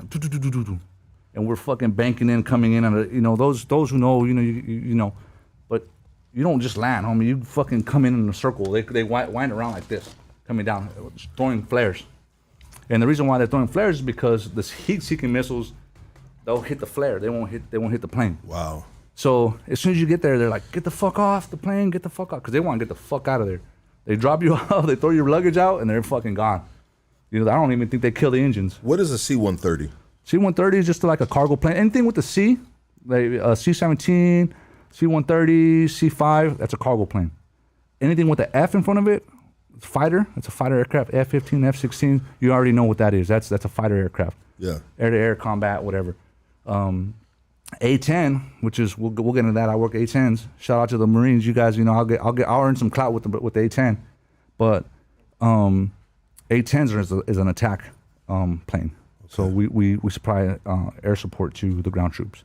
But anyways, so when we get there, we get off the fucking plane, bro. Again, this is kind of a same kind of concept as it's not intentional, but it's the same kind of thing as when I went to boot camp. Fucking long ass flight. You get there, the time you get it fucking inside the thing, you're having this briefing telling you about all the threat cons. There's a voice that comes up over the thing that tells you to get down if it's in your vicinity. I think it's from the Navy.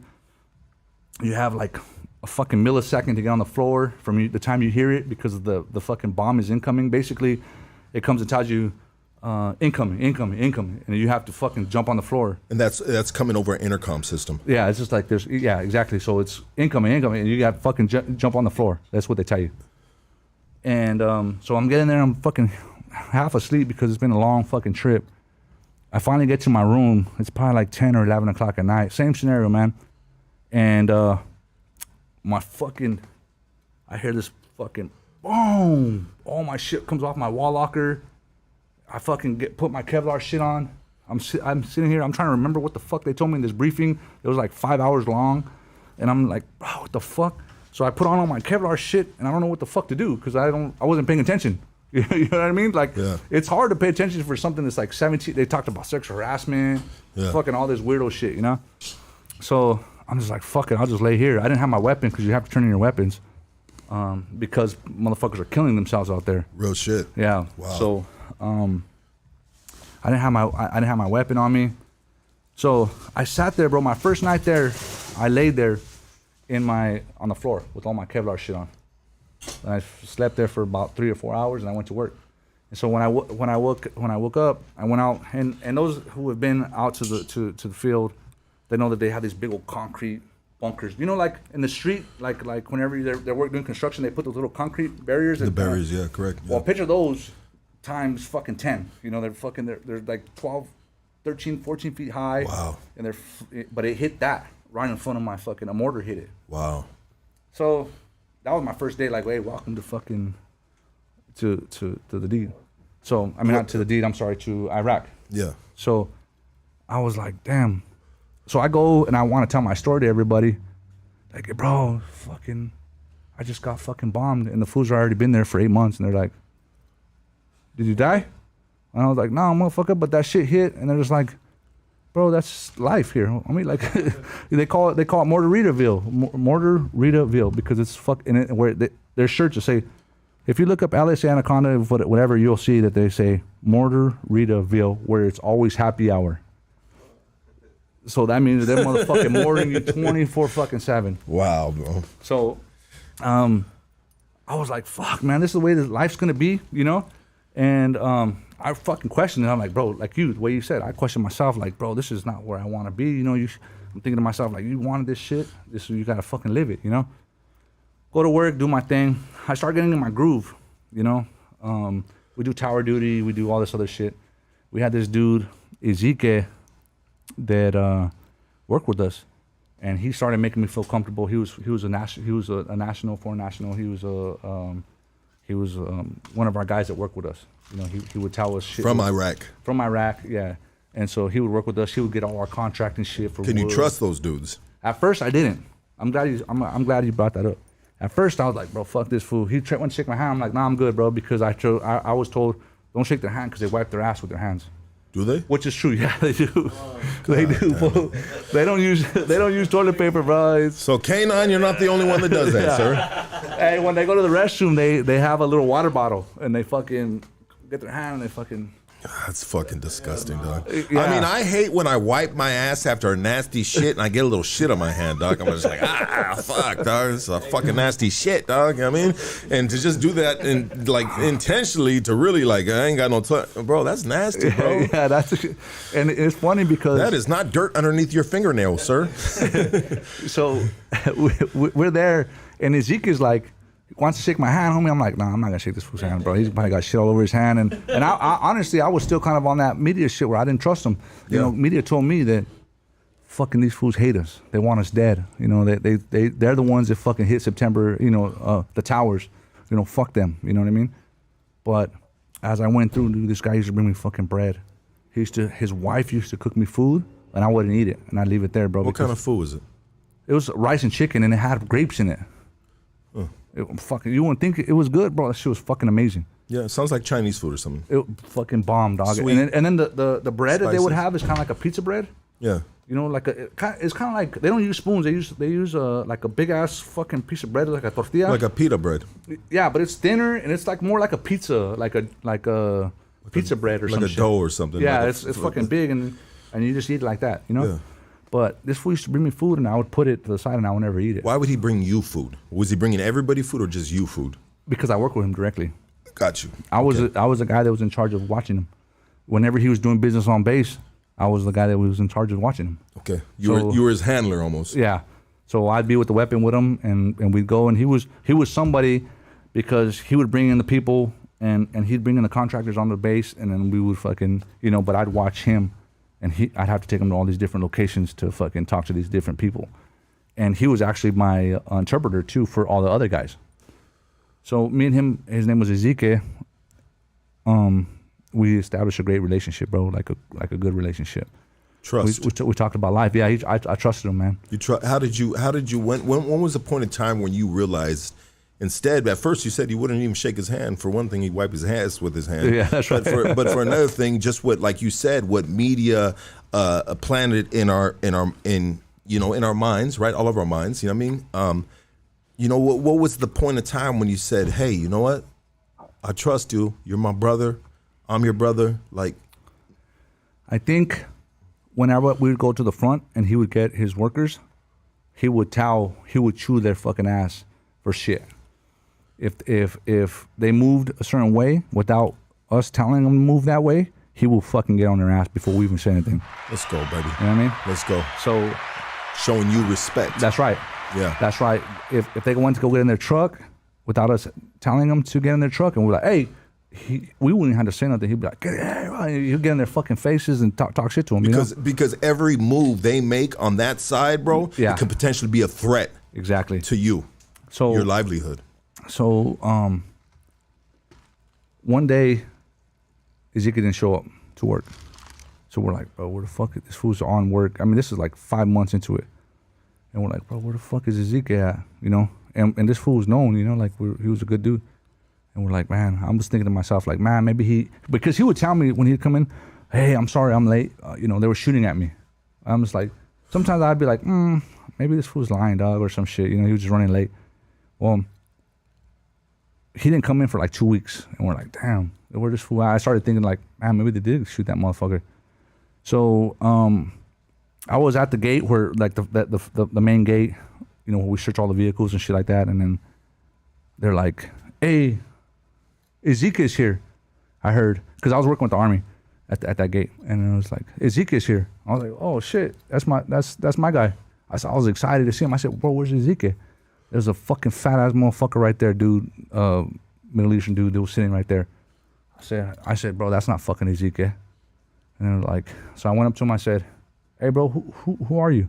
Oh, and he gave me his little fucking thing, dog, his little pass to get on. I said, yeah, oh, yeah, okay, I know who you are. I said, hold on real quick right here.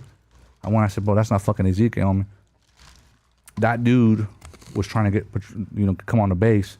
They ended up taking him to another spot where they fucking interviewed him and fucking did his shit. But they came back and told us that Ezekiel's dead. They fucking killed his ass. Wow, dog. You know what I mean?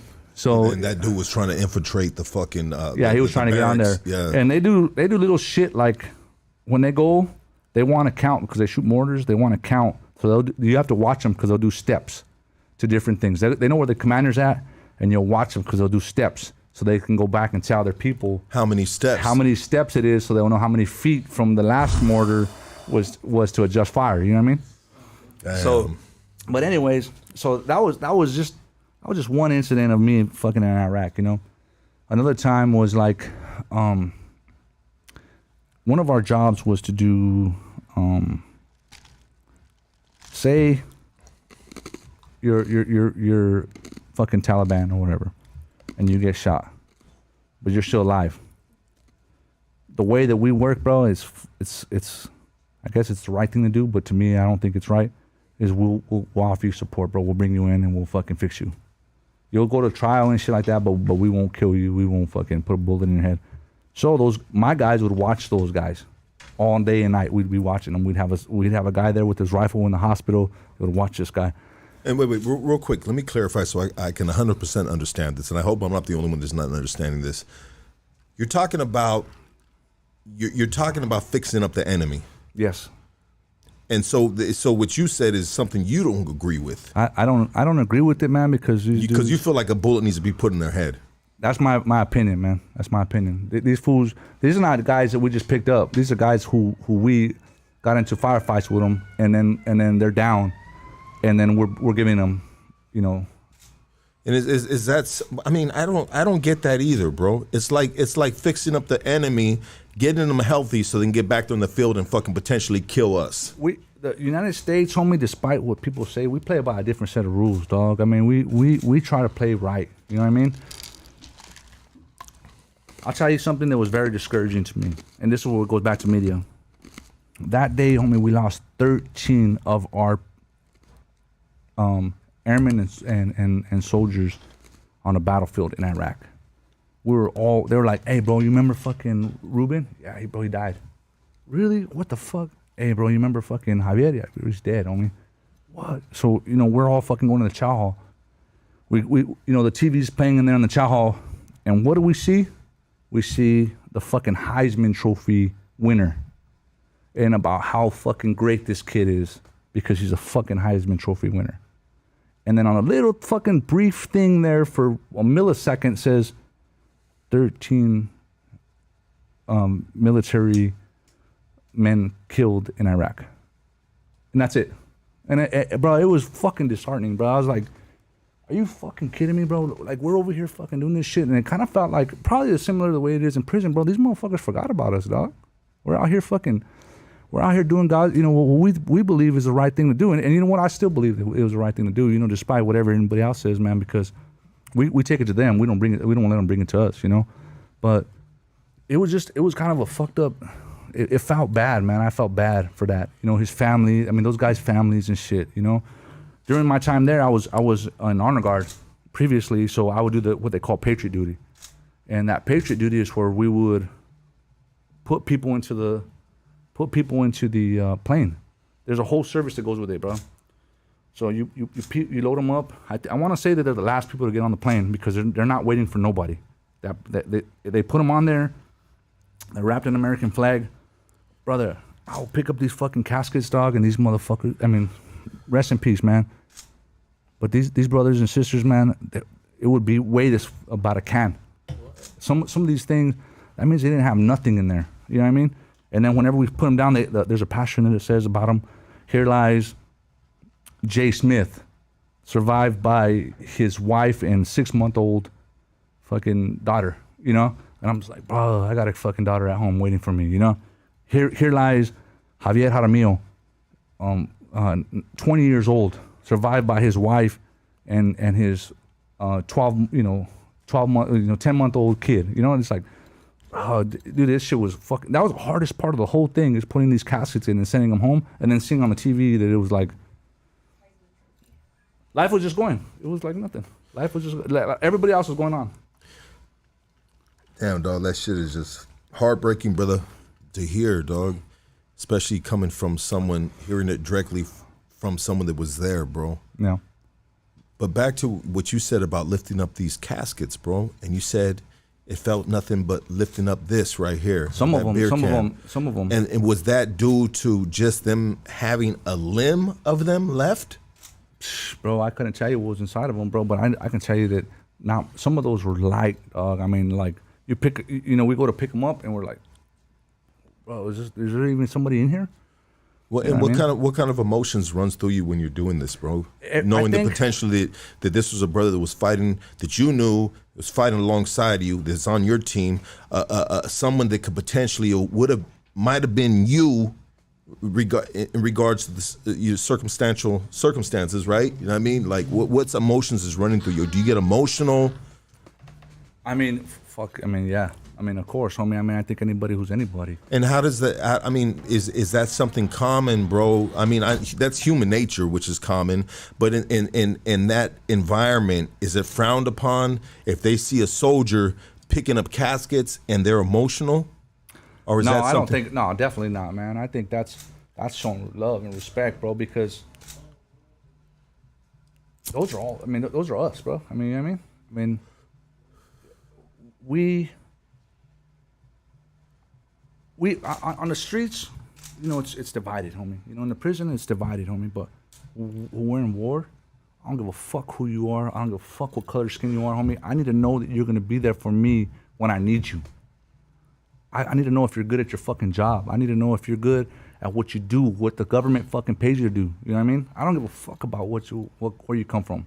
And I think that was, for me, that was a good thing. I mean, whenever I was burying these, of course, when I would hear a guy who was a Latino with a kid, it hit home to me, but not any more than the white dude that fucking lost his kid. You know what I mean?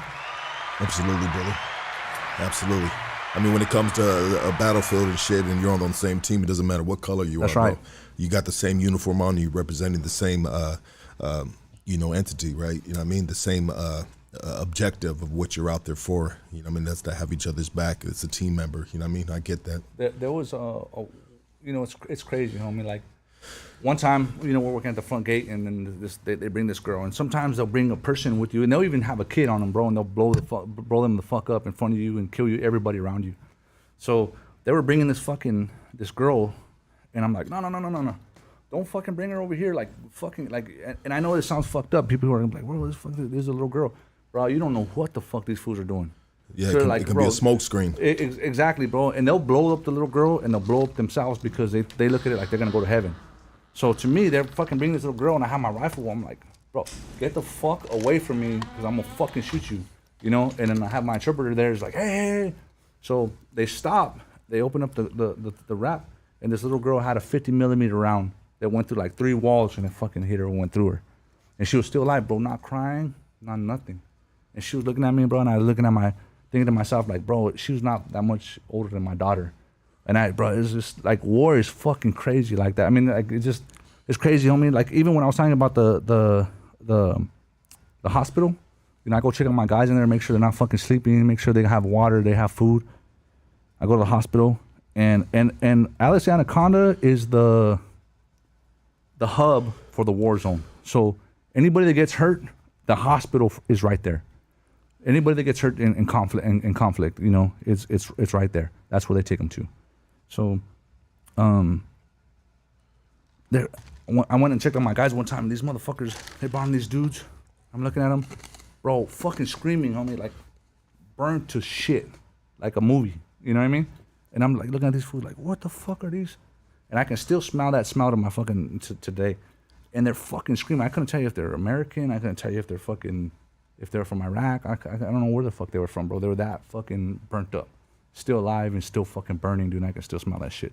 And so it's just like, I know it's necessary, I maybe it isn't, you know what I mean? But I guess I tell myself that it's necessary, because if not, you fucking will never sleep again, you know what I mean? But it was a good and bad experience, you know what I mean? It was good. I'm thankful for it. I'm thankful for my time out there.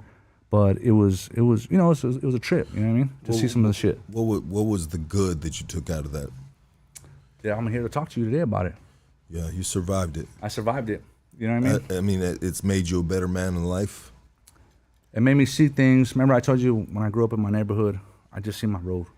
I just see my street. Yeah. I didn't see other streets. Yeah. Now I see the Air Force took me around the world, and I don't want people to get discouraged because they're like, oh, fuck that, I don't want to fucking see people dead and fucking burning and shit like that. You know, I'm a rare case, and I volunteer for the shit. But I'm saying that you can have a great military career, bro, and never even, I know fools that never even fucking deployed, you know? So don't take that, like, when you're thinking about joining, you know, the service, you know what I mean? But I do have one more story about Iraq, bro, and it's a little bit better, you know, it's a little bit lighter. But, so when we were leaving, they were like, hey, your replacement's here. That's the best thing you want to hear, homie. You know, in prison, what was the term that they told you that the best news you want to hear? Parole date. Parole date. You got your parole date. Yeah. So you're waiting there, bro. I'm fucking waiting to go home, man. My replacement is there, dog. They're fucking on the ground. So I was like, fuck yeah. And they're like, my boss calls me and he's like, hey, what do you think about staying here on another tour? And how much is a tour? For us, it's 8 months. 8 months. Go ahead. So I was like, I don't think about it.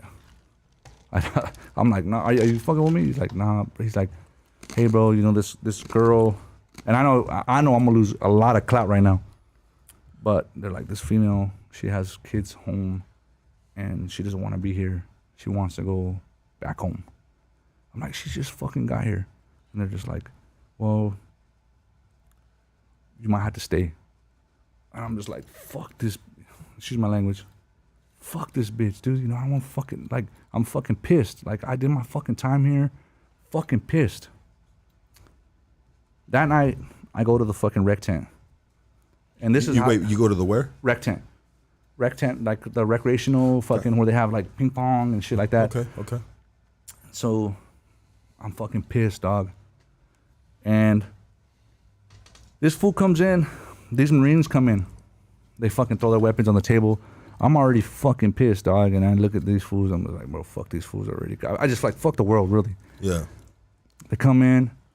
I wasn't playing pool. I wasn't playing shit, you know, and I was just sitting on the couch fucking disgruntled. I hadn't gotten laid in forever. I might have to stay here for fucking ever. Like, my testosterone's at a fucking all-time high.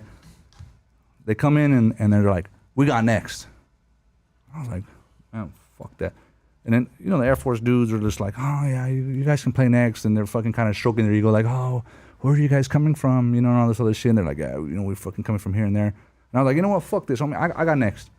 And then the dude's like, who are you? I'm like, I'm fucking me, homie, you know? And they're like, well, we're Marines. I said, I don't give a fuck. I'm not gonna speak for the Air Force, but I'll speak for myself, homie. Like, I got fucking next. And I'm not telling you this because, or I wasn't telling them because I thought I would whoop their ass. I wanted my ass whooped. I needed something, homie, because I need to get rid of this fucking anger that I have in me because this fucking chick came here and she doesn't want to let me go home. So this is really where I knew the difference between the Air Force and the Marines were, dog. And no disrespect to my brothers, man, in the Air Force. We do what we do, bro, and you know what we do. But we can't compare to this shit. I was sticking up for some of the other Air Force dudes. We go outside. Of course, the loudest motherfucker was some little fucking dude, some little Chicano dude from fucking, I don't know where the fuck he's from. Joe Pesci. Yeah. Little Joe Pesci. He needed his Snickers, dog. Yeah, this motherfucker. Little Mike Tyson. Yeah, he was the littlest motherfucker, and I was like, oh, hell no, this motherfucker. Hey, no disrespect, Reuben. I'm not saying nothing bad on me. I call Reuben Little Mike. Hey, so, some of the hardest motherfuckers I've been hit by with some little dudes, I'll tell you that. I know, man. I watched Reuben in action the other day, dog, Yeah. for a little while back. He's a bad motherfucker. That's right. So I was just like, man, fuck this. Like, I didn't care if I got my ass whipped. But I went outside. I said, you know what, homie? I'm not going to talk to you in here because there's a lot of real estate. There's generators out there that power the shit. Nobody, we can fucking yell back there. We can back. Nobody's gonna hear us, dog. Like we can do it in here. They're gonna break it up. Let's go outside. We went around the corner to the generator. Little Joe Pesci motherfucker, as you refer to him, he was like, "Hey, what's up? You know, I'm like, bro, like, come on, motherfucker, fuck it." And all his homies were talking shit, like, bitch ass fucking Air Force bitches, what's up? And they all came with them, bro. Every single one of them left and came out with them. Where are your Air Force homies at? Hate to hear that. Yeah. Hey. They all of a sudden had to work on a helicopter or something. That's right. Hate that shit. So they had their sergeant with them, and the sergeant was ready to bang with me too. Yeah. They were all ready to bang with me, and me and this dude we're about to get into it, where I pushed him, and then the sergeant came and fucking grabbed me, and then they fucking grabbed each other, and then fucking split everybody up. And then the sergeant was like, bro, like, chill. Like, you don't want to fucking get in trouble. We don't want to get in trouble, bro. Like, you pissed me off, but, like, at least, like, where are your brothers at? You were sticking up for these motherfuckers, and they're not even here with you. And then so I was just like, man, you're right. You know, like, fuck it. Like, at that moment, I just was like, you know what? Fuck it. Like, I'm going to go back inside or whatever. I went inside, and these fucking Air Force dudes were like, bro, what are you doing? Why are you out here fighting? And I'm just like, you bitch ass motherfucker. Like, you know what? You guys play fucking pool. Fuck these dudes. You know what I mean? But that's the difference. That's something that I really admire about the Marine Corps, bro. The Marines will see each other and they'll fucking talk to you, bro, like if they're your brother, homie. And I wish the Air Force had that. We don't have that. It's like, you're Air Force? Oh, fuck. All right, whatever. You know, I don't want to hear about your fucking, what plane you worked or what fucking, you know what I mean? I want to hear about, like, more often than not, I'll probably just be like, all right, this dude's Air Force, like, cool, you know, and move on. But the Marine brothers, those fools are tight. And why would you, what is your interpretation of that, bro? What is the difference, bro? The difference. And why is the difference? Like, yeah, what's the difference? Why is the difference? Now, I don't mean to speak for my Marine brothers. This is an outsider looking in. Marines are taught that you're fucking invisible. They're taught that you're fucking invisible. As long as you have your rifle and you have your brother next to you, that's it. Let's go. You know what I mean? Yeah. The Air Force, we do what we do. Now, I'm not gonna downplay the Air Force. I mean, we're the only motherfuckers that drop nuclear weapons in this motherfucker. You know what I mean? So the Marines need you motherfuckers. You know what I mean? Because when they in a jam, who they calling for? That's right. They calling for the Air Force to come through and drop some motherfucking bombs. That's baby. right. So we earn our clout a different way. You know what I mean? So, but the Marines have that. They embrace the gruntness. They embrace that shit. Like, bro, I want to fucking be in the shit. I want to be in the worst fucking place. And like they take, like when we go places, they'll be like, Air Force, you guys are fucking in a hotel in a fucking in a fucking resort, and we're out here sleeping in tents. And I'm just like, bro, you're bragging about that shit.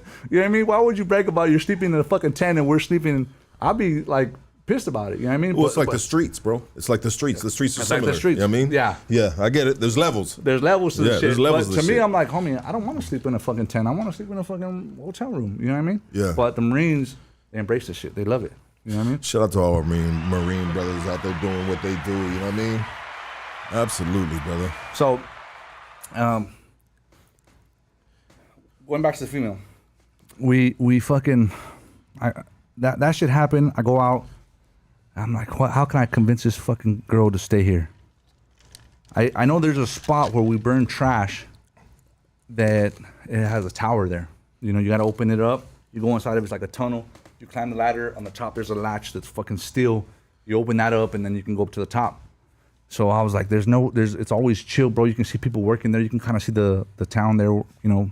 So I was like, you know what? I'm going to take her there and just kind of let's show her, like, hey, man, it's peaceful. It's, like, good. Like, I'm lying to fucking her. So you know exactly who she is now. Yeah, I know who she is. You know who and she's she riding is. with me, and I'm just like, girl, it's cool. It's not all bad. You know, they like, I was like trying to sell her, like, the chow hall's good. You know, I didn't tell her about Ramadan because, hey, motherfuckers in the military know when it's Ramadan, you think it's happy hour now with bombs? Ramadan, they're making that motherfucker rain, dog. Real shit. Yeah, during Ramadan, those motherfuckers don't eat. No disrespect, not motherfuckers, but they don't eat. Muslim brothers. My Muslim brothers, they don't eat. Yeah. So they're fucking disgruntled. And so they're fucking making that shit rain. I mean, Ramadan is just, you don't sleep, you know. It's a time for war for There's them. a time for war. You know, I was telling my homeboy the other day about this. The people that have been there for forever, during Ramadan specifically, whenever you hear the intercom, incoming, the fools that have been there forever don't even get on the floor no more, bro. We're just like, Lord, take me. Fuck, I'm tired of jumping on the floor, dog. I'm tired of jumping. I ain't jumping, bro. Today we're having fucking chili mac, and I ain't not spilling my fucking chili mac on the floor. Fuck no. Because of fucking bomb. You know what I mean? Yeah. Like I'm gonna die happily with some chili mac in my motherfucking gut, homie. Hey, and that was something, man. Chili mac, bro, is always on point, man. In the military, I don't know why, bro. I love that dish, man. That was my favorite shit. But so we went. I took her to this tower, and then so I was like, yeah, you know, this is nice. And she was like, yeah, you know. And I'm like, bro, why don't you want to stay here? You know? And she was just like, well, because, you know, my family back home, I had to leave them with my neighbor and all this other shit. And I was like, kind of felt bad for her, but I was like, man, I got to get home to my fucking family, you know? So we're looking out, and then I fucking hear like, like that's where the fucking rocket sound, like, fucking go by. And I was like, bro, what the fuck? And then hear it pop, boom. And she was like, what the fuck is that? And I was like, let's get down. And it's not like just get down, bro. You have to fucking open this big ass fucking steel thing to whatever, you know. And you start coming. And so she's crying, and I'm like fucking trying to call it in. And I was like, bro, I'm fucked. Like I'm gonna be here forever. I'm gonna die here. Yeah, she's going home. Yeah, she's going home. Yeah. So thank the Lord, I still got to go home. You know what I'm saying? I think I had to stay like maybe like a week longer until they sent somebody else up there, but they sent a replacement for me. What determines a replacement for you, bro? The end of your tour, everybody gets a replacement? Everybody gets a replacement, yeah. Yeah. You have a scheduled date. No, they don't tell you. They don't tell you your scheduled date because for that reason. In case something pops off, they don't want to tell you. They don't really tell you until your replacement gets there. So we're always like, whenever somebody says, hey, my replacement got here, you're like, fuck, man, this fool got paroled. He made it. Yeah. He made it to the finish line, bro, you know? So you see some of the homies dipping, you see new faces, and you're like, damn, bro, this sucks, you know? Like, I'm still fucking here, you know? So, but that was like the highlight, I would say, of my fucking Air Force career, bro. And it didn't help. Watch. I fucking left, you know? I come home. I was in fucking Albuquerque, dog, and I was flying. I had to take a little private plane to Cannon Air Force Base because it's in the middle of fucking nowhere. And they didn't let us take our weapons. Like, remember the lady was giving, oh, you weren't there, but like the lady was giving me such a hard time. Or rest in peace, my big brother was like pissed at her, like talking shit to her. Like, bitch, I'll blow this motherfucker up. You know, I'm like, bro, please. Like, I want to just get home, you know? Yeah. So they put us on this little fucking plane, dog, and this fucking plane was like, it's a civilian plane. This fucking plane was like falling out of the sky. I swear the motors were turning off, and then we were like, you know, fucking come, and then so I'm like, bro, I'm gonna die here. I just came from combat, and I'm gonna die here, fucking driving back, you know, flying back to fucking New Mexico, you know. But luckily, I made it good, man. I mean, the most awkward thing I would say is when I made it back, my pops, shout out to my dad. He was telling my daughter like, hey, you're gonna come home with me, because my dad was trying to get me laid. You know what I mean? So my dad was like, he was like, hey, you know what it was. That's a good he was pops like, right there. you're gonna come home with me, and I was like, bro, pops, you know what it is. Like, bro, I fucking love you, you know. He was like, yeah. And my daughter's like, well, I'm gonna go with them, you know. And I was like, I'll see you in the morning. You know what I mean? And I felt bad. I felt fucked up because I wanted to see my daughter. I did see her. I spent like, you know, I think we went out to eat, and then, but I was trying to get laid, homie. Like I need to get that fucking off my chest, bro. You know, I think it was the best 20 fucking seconds of my wife's life, you know? I told her, I said, this first one, please don't count against me, bro. I just need to get this shit off my chest, you know what I mean? You know, but it was awesome, man. But that was the end of that, man. You know, that was the end of that fucking tour, you know what I mean? Wow. What a fucking amazing story, bro. This is probably one of my favorite podcasts, dog. I mean, stories like this, dog. I appreciate you, my boy. Fucking unbelievable, dog. You know what I mean? So you, I mean, when it comes to the homies that are serving, everybody that's serving, bro, I mean, is it worth it? I mean, does the government take care of you guys? I mean, what kind of money are you making, bro? Oh, man, I don't want to tell you, bro, because you motherfuckers come around my spot, you know what I mean? But I will tell you like this, bro. I believe this. You do what you're supposed to do, bro, and God's going to bless you. God's going to bless you, bro. And I will tell you that I'm not rich at all, but God blesses me, homie. If I don't have to work, I don't have to work. Then why do we have so many veterans, bro, that are on the streets, homeless? I mean, addicted to drugs, alcoholism. I mean, is it due to the phases of war, bro? I mean, what would be your, what do you think about that? What would be your perspective on that? So I don't know specifically who you're talking about because everybody has their own story. I don't know if this guy fell into drugs or he fell into alcohol, which I can definitely understand because, people don't really talk about mental health, you know what I mean? But I went and sought out mental health, you know what I mean, for shit that I've been through, you know what I mean? And it helps me cope with it, and it helps me understand what I'm thinking, And maybe every case is different, but maybe these individuals haven't sought that help out. I know it's available through the VA, or maybe they got addicted to alcohol. But I would say this: there is something that I don't understand, man, and that maybe some of our viewers out here might be able to understand or be able to elaborate on, or whatever the case is. Or shoot me an email, or whatever. But we're a BOXER from SLF. Send me a DM. But there's veterans, homie, that are getting deployed. I mean, not deployed, deported. Fools that have fought for this fucking country, bro, that have gotten fucking deported, bro, and I don't understand that. Yeah. I don't get it. These motherfuckers willing to die for this shit, for this country, bro, and they're deported. They deport them. You know what I'm saying? I don't understand it. I'm not gonna speak on it because I don't understand it. I don't know why. I don't know how. But how is this happening? So besides that, and that is 100% wrong, bro. You know what I mean? I don't get that either. Hold on. Preston's got a question for you, and I'll let Preston ask you the question in a minute, dog. He just texted to me. Okay. But rather than those fucked up situations like that, dude that fights for the fucking country and gets fucking deported, I mean, god damn it, dog. You got the game fucked up, dog. You know what I mean? That shit is horrible, bro.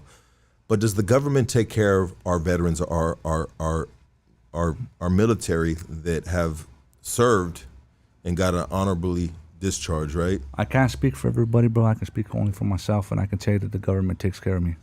There it is, there, baby. The VA has been awesome to me, bro. Like, I know that there's room for improvement. You know what I mean? I got my frustrations. You try to call them and they fucking put you on a hold, and they take forever to get back to you, bro. But whenever they do, I mean, I got a phone call, probably once every 6 months to check up on me, check up on my mental health, see how I'm doing. Is that enough? I don't know. It's enough for me. You know what I mean? It's enough for you. Exactly, dog. Bro, just on this note right now, dog, would you like to take a shot at tequila, dog? I'm down, homie. Let's take a shot of tequila for the homie right here, his service. You know what I mean? God damn it, dog. This has been an amazing story. We're not even done yet. That's right. We're not even done yet, baby. We just talking about a certain part of his life. We're going to get into all kinds of other shit. You know what I mean? You guys, man, this is a blockbuster motherfucking Saturday, baby. HBO can't compete, doggy. You know what I mean? That's Netflix, get the fuck out. Make some room for hood stocks because we got BOXER right here in the building right now, doggy. You know what I mean? Sergeant Segura is in the building, baby. You know what I mean? Retired Air Force, dog. I mean, this is amazing. And I see you guys calling. You guys are blowing me up already, but you guys need to take it easy. Take it easy, and we will open up the phone line, and you guys can hit homie with whatever you want to hit him with. Keep it respectful, dog. You know what I mean? I know there's a lot of questions, but let's take a shot. And I want you guys to, matter of fact, if you guys appreciate and want to thank him for his service and the freedom that we live right now. Because I'll tell you like this, a lot of people saying, oh, freedom, blah, blah, blah, whoop, whoop, and this and that. Well, go move to another motherfucking country and compare that to this, dog. Right. You know what I mean? It's going to be a whole different motherfucking story. I guarantee you that, dog. We are fucking spoiled out here. Why? Because we have gentlemen like this man right here going and you know what I mean? Giving us, our luxury, dog. That's the truth, bro. You know what I mean? And I don't give a fuck, dog. You know what I mean? What's behind war, this, that, whatever the fuck, dog. Whatever it is, dog. We are living in a country, dog, where we can, you know what I mean? We can be the best person we can be. And there's people all around the world trying to get to this country to get a piece of this American pie, American dream, whatever you want to call it, dog. You know what I mean? And I know nothing's perfect, bro. But this right here. That's right. Let's get everybody a shot right here. Let's get everybody a shot. Hey, this goes to Box right here, doggy. That's right, my boy. Thank you, brother. So much, man. Thank you, brother. Much love, This goes to Box right here. We love you, baby. Thank you so much, dog, for your service, dog. Wait, was this Jack? What was this? Why don't you do the tequila, fool? You said the Jack. I said tequila, dog. Yeah, you killed all of us. Should have done the tequila, dog. I'm telling you, dog. Caught me off guard. Yeah, I mean, anyways, we just took a shot of something we've been drinking. Bambi, I see you, girl. I love you, baby. Bambi right there. Check it out. Let's do this right now. Let's take a quick break, and then we're going to get to the second half of this podcast. That's you good right. with that, dog? Let's take a quick break Thank right you. now, everybody, and we're going to get to the second half. We're going to get my boy Reuben over here on the motherfucking guest seat, and we will back. Like, subscribe. That gets our channel moving right here. Hit that like button. If you haven't subscribed yet, hit the subscription, baby, and let's go. Quick break. I got to take a leak, and we're going to move on to the next chapter of Boxer's life, baby. You know what I mean? Not all the time do we get to have a sergeant, a veteran right here. I mean, this dude is the head of a fucking lowrider club, bro. I think is it time that we get into the lowrider scene? About time. Is that what we have on our notes right Well, here? I got a couple of things about Korea. You know, we got. Oh, we gonna talk about Korea? We're gonna talk about Korea. Oh homie. shit! Yeah, if you We ain't still never gotta been go to Korea, homie, you never baby. been partying, homie. We That's gotta right. go to Korea still, dog. You guys ready for Korea? If you guys are ready to hear some fucking war stories from fucking Korea, light that shit up with flame emojis That's right right. now, dog. That's right. You guys want to hear about going out in Korea? That's I right. mean, shit, dog. You know what I mean? I like. What do I like about Korea, dog? I like Korean barbecue? Yeah, Kimchi? Yeah, kimchi, dog. That's the only thing I know about Korea, dog. Soju? You don't know about soju, dog? I know about the kimchi and all that other motherfucking. When you go to the motherfucking restaurant and you cook the shit right there in the middle and Hey, shit, I'll dog, tell and you that everybody's you happy. You ain't never partied, homie, unless you've been in fucking Korea, dog. I'll tell you that right now, You- bro. you got some Vegas party ain't got stories? shit on. No, Vegas bro. ain't got shit. Look at the emojis, baby. Look at that shit, That's Box. right, that's right, Look at that that's shit right. up. That's everybody Much love showing and their love respect, and man. respect Much to you, love and baby. respect, man. That's it. Thank you. Hey, so then we're gonna take a quick break, a piss break. You know what I mean? You guys go fill up your motherfucking cups, run to the liquor store, get yourself the King Cobra or whatever the motherfucker you drink, you know what I mean? And we are gonna go next on Korea, baby. Korea's next. Let's go, dog. Quick break. Like button.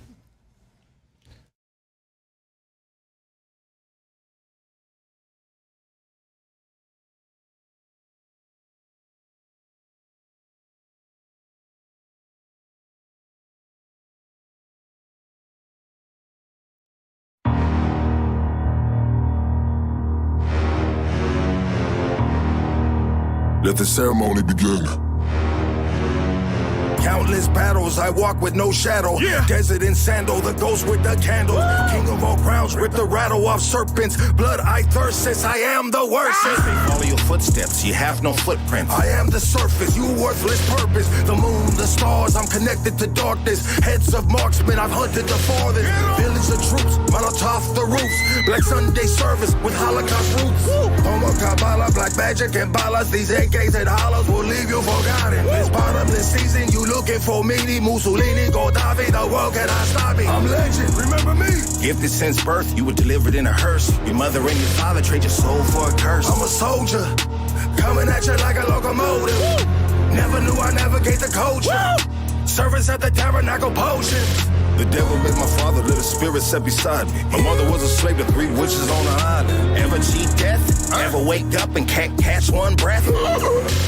Master of obstacles, the Nostradamus. I structure the continent, the director of operas. I swing my arms, I move the seas. I change the weather, 500 degrees. The god of chaos, I shed no pity. Come over for the seance. Hey, kitty, kitty. The ruler of your conscience, yeah. In your head, I'm a monster. Take control of all your options, yeah. There's no way you gonna stop this. The ruler of your conscience. Yeah, yeah. Where you gonna stop it? Yeah. Don Pablo, master ceremonial. Godfather, Vito Corleone. In other words, we're bosses and foremen. Superintendents, chief of command. Take a damn good sniff of that white shit. White girl wasted, don't act like a white bitch. I'm just fucking with you, dog, I ain't racist. Put a bandana on my head and make me rich. Chuck Taylor's big bag of bomb bitch. You roll around the hood, no good, nameless. My ancestors built this, we are ancient. LA, I bleed blue till the plane hit.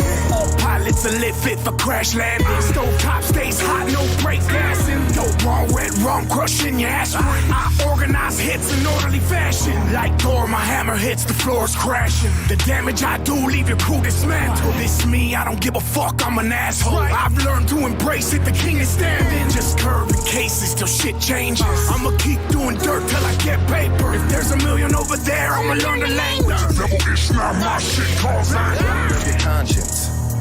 In your head, I'm a monster. Take control of all your options. There's no way you gonna stop this. The ruler of your conscience. There's no way you gonna stop this. The ruler of your conscience. In your head, I'm a monster. Hit that like, hit that subscribe, baby. Boxer, let's go, baby. Yeah. It's game time, baby. Saturday. That's how we do it right here at Hoodstocks, the realest, the rawest motherfucking interviews ever, dog. Don't play with it, dog. Hit that like, hit that motherfucking subscribe. Let them know we here, baby. Don't play no motherfucking games, dog. You know what I mean? So, Box, you think we get that on? We got this wavy bar right here, dog. We got the wavy bar right here, dog. We about to get in some Korean. I already see shit on that. I don't need that. Okay, but I know someone that does need it. You know what I mean? Hey, bro, if this motherfucker's biting his tongue, homie, you can be stuck with him. No, he's good, dog. This is gonna fucking take him to a whole another level. Yeah. Get over there right there, Reuben. Hold on, but you gotta bite this so first, dog. Really hope, man. Bite a quarter of that. Bite a quarter of that, dog. And eat that bitch. Quarter? Quarter? Or half. Bite half, and then give me the other half. Oh, this motherfucker, he's done. Oh, I have the whole thing. Oh shit. Oh, you forgot he's little, homie. You just gave him half that shit. K9, you want some of this shit, dog? Wavy? And you doing wavy tonight? Oh, if Ken don't want it, maybe I should second guess what I want. Give that little quarter to K9. Give it to K9. Man. What's that you got right there, homie? What's that? What's that? A little wavy? Yeah, it's a wavy bar. It's I believe it has some psychedelics in it, dog. Oh, okay. That's psychedelics in it, dog. Hey, you deploy and you get that shit for free. Real shit? No, I'm just No, I playing. was gonna say, damn, dog, shit. I'm deployed right now, baby. That's right. That's right. Reuben, go ahead and put those. So I want to give a big shout out to my boy. Go ahead, That's right, put those that's headphones right, on. that's I want right. to give a big shout out to my boy Reuben. This is the best. This was my boss. Solid. This is my foreman. I was out there in the motherfucking battlefield of the motherfucking desert with this man right here, dog. real desert. Everybody give it up for Reuben Silva, doggy. Let's go, doggy. Hey. What up, doggy? Oh, hold on. Let me just go ahead. What up, dog? How you doing, brother? Pleasure to be here, man. Thanks for having me. Absolutely, dog. You family, dog. You got stocks right here at Hood Stocks, dog, and That's right. we know why. We weren't gonna put that out. Yeah. How you doing, brother? Chilling, man. Chilling. You know, kicking it right here with you guys. Big shout out to Lucky and Boxer. Absolutely, dog. You got some shout outs? What do you want to do, baby? You know what? First and foremost, I want to shout out my lady. Oh, You know? damn. You know what I mean? She's out in Cancun right now doing her thing. Oh shit. Vacay. Sure you want to give her a shout out right now? Just wait till she gets back and see what kind of condition she gets back. You know, I want to give a shout out to them 440 boys back back home and shit. Absolutely. A shout out to, fucking the homeboy Jacob from Oceanside. You have Oceanside in the building right now, 760, stand up. You know, definitely to Hypnotic and Giru Familia. You know. Hey, you see the homie? Somebody right there put, she's with Sancho. Damn, Reuben. Hey. It's all good. It's all good. It's all good. You know. Yeah, just a couple shout outs to Jesse, JP, all the homies back home and shit, dog. You know. Absolutely, brother. Hell yeah. Yeah, dog. Well, thank you so much, dog, for putting this together right Thank you, here, my dog. boy. Yeah, For sure, for absolutely, sure. dog. This is what it's all about, collaborations, dog. You know what I mean? Of great minds, dog, coming together, dog, and making shit happen, dog. Look at that chain right there, dog. bro, What you I got was on just that about to say chain, that. baby? Look at that chain. What you got on that chain right there, baby? That Hey, show chain on the is- backside, though. The backside is dope. Oh, you can't see. You can't see. Oh, okay. That's And you just got to show the hard, ring, baby. too. You got to show the ring. Lost out the game, baby. Union money. Yeah, we just so you just hit the wavy bar for the first time, dog. I've been telling you about it, and you know what, dog? You're gonna have the best night of sleep tonight, And tomorrow morning, you're going to wake up with the world off your motherfucking shoulders, dog. You know what I mean? In other words, whatever your girl did in Cancun, homie, you're going to forget about that shit. It's really not going to bother you, dog. You know what I mean? You know, you're going to be okay, dog. This is going to help you get through that situation. I have been looking forward to the wavy bar, though, dog. Because you talked it up so much at work, I'm like, damn. Fool, you were scared as fuck on the way over here, dog. You were like, this fool wants to give me a wavy bar, I don't know. Oh, stop it. Hey, Rube, we love you, baby. Likewise, And, dog. That's right. and thank you for sitting in the podcast with us today, brother. Thank you, appreciate that, It's dog. all love, dog. You know what to do, baby. Reuben is out of SD, dog. He is a foreman, dog. This boy is just a really good, genuine fucking dude, dog. And he's been a good boss to me, dog. I've been working underneath him, dog, and he's been a really good boss, dog. And nothing more than you can appreciate when you're out there in the slave trade, dog, to have somebody that's above you. I mean, this dude is just like, dog, you guys take a break, dog. It's fucking hot as fuck out here, dog. You know what I mean? Go in the cooling shack and cool the fuck off, dog.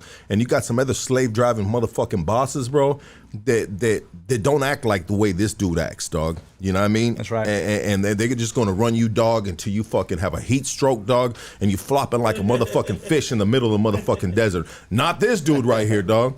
Not this dude right here, dog. This dude bought shrimp cocktails for the whole crew. I mean, this boy right here is a G, and if anyone ever has the privilege to work with him at a 440, IBW local 440, or any part of your local, you know what I mean? You will always talk big about this dude right here. I love this dude right here, and I appreciate you so much, Hey, man. you see Sandra's on there, bro. That's my baby. You see that? Hey, she's tapping in live right now from That's Cancun. right. Oh, is that right? Is that wifey? Yeah, Hey, he had Shout to out to smile wifey. the whole time, homie. That was Yeah. it. Well, he said, shout out to my baby, wifey, That's right. girl, you better be good out there, you know what I mean? Don't be fucking still love around, you. you know what I mean? Stay away from the Bill Cosby fools out there, you know what I mean? Bill Cosby real, bro, you know what I mean? That motherfucker's like, hey, what was Bill Cosby? How did he used to do? Like, what was the sound he do? Fucking pudding pop, I mean, what was it, dog? what was the, he used to always make a sound or a laugh or something. What? It was a laugh? You don't know? Well, that's good, dog. I mean, because we ain't got no Bill I think he used to Cosby. make it a face, homie. I don't know if it was a thing. Remember, he used to make it a little. Yeah, there you go. Yeah. You make that little face and shit, dog. Yeah, shout out to my boy Rube right here, dog. That's right. I hope you enjoy the rest of the show, brother. Thank you for making this shit happen, dog. And let's get back to Boxer, and he's getting ready to talk about Korea, dog. Korea. Let's go, Let's do doggy. it. Let's Oh, go. man. Boxer's back, baby. Boxer's back, baby. He's back. Did you need a water? Would you need another beer, You dog? know what? I think it's time for my prospect to hook it up with another drink. Maybe you need another drink. Yeah. Yeah, absolutely, dog. I mean, I don't like to call them prospects. I like to call them the homies. But is he your prospect? Nah, he's not my prospect. He's my brother. He's my brother, bro. Maybe one day he might be able to work it up to this fucking store. You know, bro, ain't that, homie, but- he's been such a good boss to me, dog, on the fucking work field, dog. That like no matter wherever I'm at, dog, I will always treat him the same that I treated him on the work That's job, right. dog. Because he treated me fucking right, dog. You know what I mean? And you know the true testament and the true character of one man is when you put him in the power of position. You put him in a powerful Position of position, power. and you see the position of power, and you see if he changes from the person that he was before that. And that is the true testament. Y'all take another one, K9. Shout out to my prospect, K9. Nah, that's my G right there. That's No, you know right. what, dog? Here, yeah, I'll take it. You know, Hey, that motherfucker got some badass shorts, dog. I'm gonna have to fucking cop those, bro. that ain't nothing, dog. You should see his fucking G-string he's got underneath that shit, dog. That shit is a bright red G-string, dog. You know what I mean? San Francisco Giants G-string, dog. He got Dodger shorts on with a San Francisco Giant G-string. As he should, as he should. And he got the dookie braids. Shout out to my boy K9. That's right. This podcast ain't shit without K9. This podcast ain't shit without motherfucking Preston. Thank you, my boy. This podcast ain't shit without the homies that I got around us, dog. You know what I mean? You know, some last, some don't, dog. It's just the name of the game, dog. You gotta pull your weight, dog. And when you don't pull your motherfucking weight, dog, you know what I mean? And you know, one thing about this podcast is we gotta continue growing, dog. Never stay stagnant, That's dog. right. You know what I mean? If you stop growing, bro, and expect certain things without showing growth, then bro, you're not gonna last right here, dog. You know what I mean? Because this is a business, baby. You know what I mean? But with my boy Preston and K9, I mean, we family, bro. You know what I mean? So we do things outside of this shit. You know what I mean? That's right. You know, and that's the love, and that's something that I build right here as a family environment, bro. You know what I mean? Where our girls know each other, we fuck with each other, dog. You know what I mean? All that good shit, dog. But anyways, brother, Korea. Let's go. Before Korea, so I, you know, going back to my story, you know, I went from New Mexico and I moved to AZ. You know, one step closer to Cali, you know what I mean? So I learned a lot from my brothers from AZ, man. Shout out to fucking Slow Lane Familia, AZ, Vato, man, my motherfucking day one, you know, fucking Grumpy, rest in peace. Nice. I learned a lot about myself and who I should be and who I need to be to those guys, you know what I mean? And so I moved from Cannon Air Force Base. I went to Arizona and I started working on A-10s. The infantry, man, the Army and the Marines, I tell them, hey, I'm in the Air Force, and they're like, oh, bro, this fool's a sucker. And I tell them I work on A-10s. My clout goes to the top. You know what I mean? For working on A-10s. A-10s, homie, is the ground troop motherfucking savior, dog. That's when shit hits a fan, you call them motherfucking A-10s in, and the dudes that know, bro. That's the baddest motherfucking plane in the world, bro.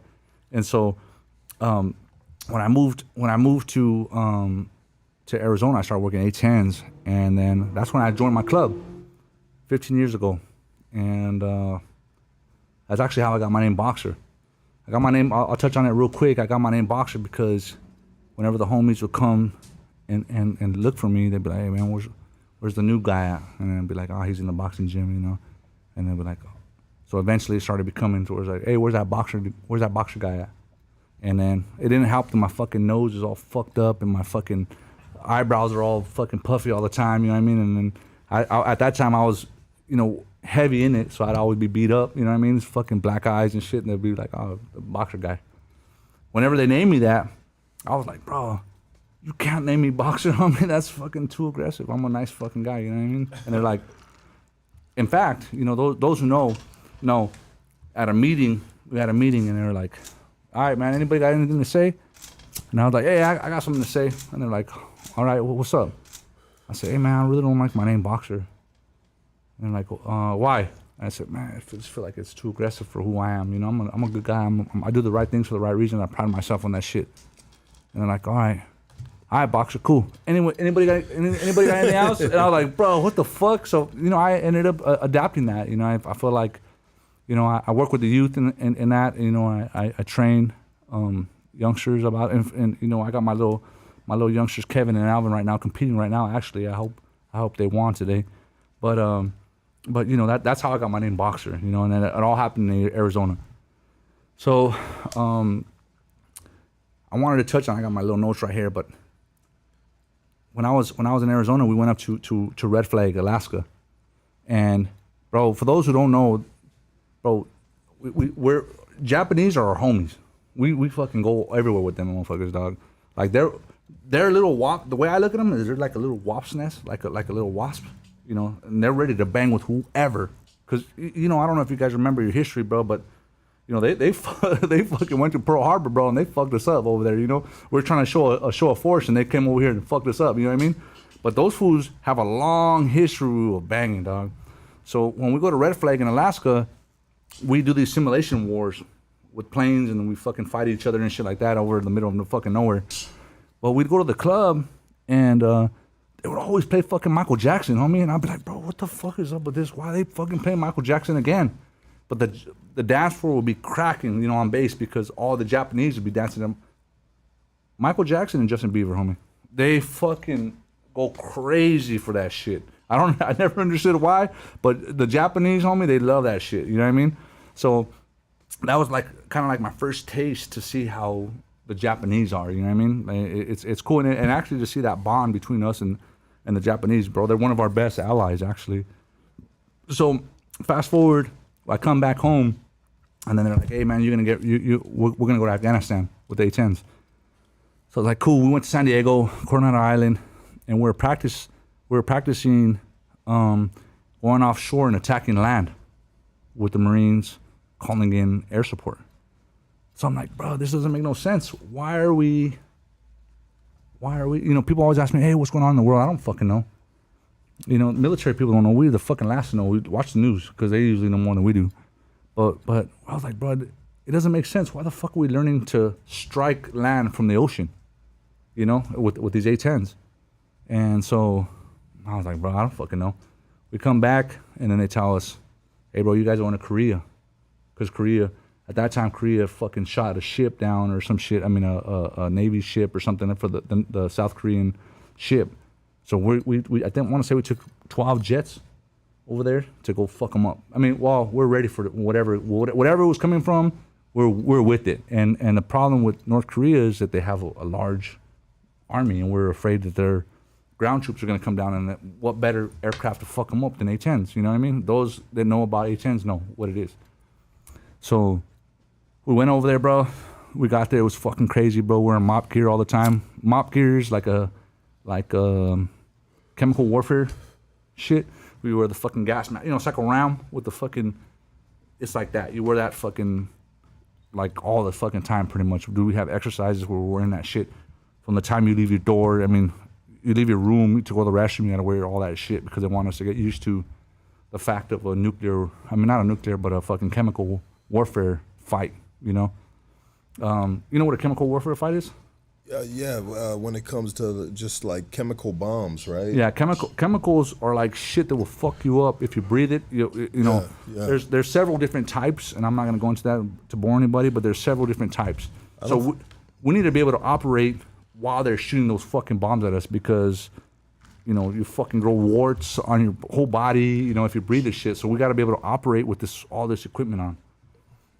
So when I first got there, it was crazy, but then it died down.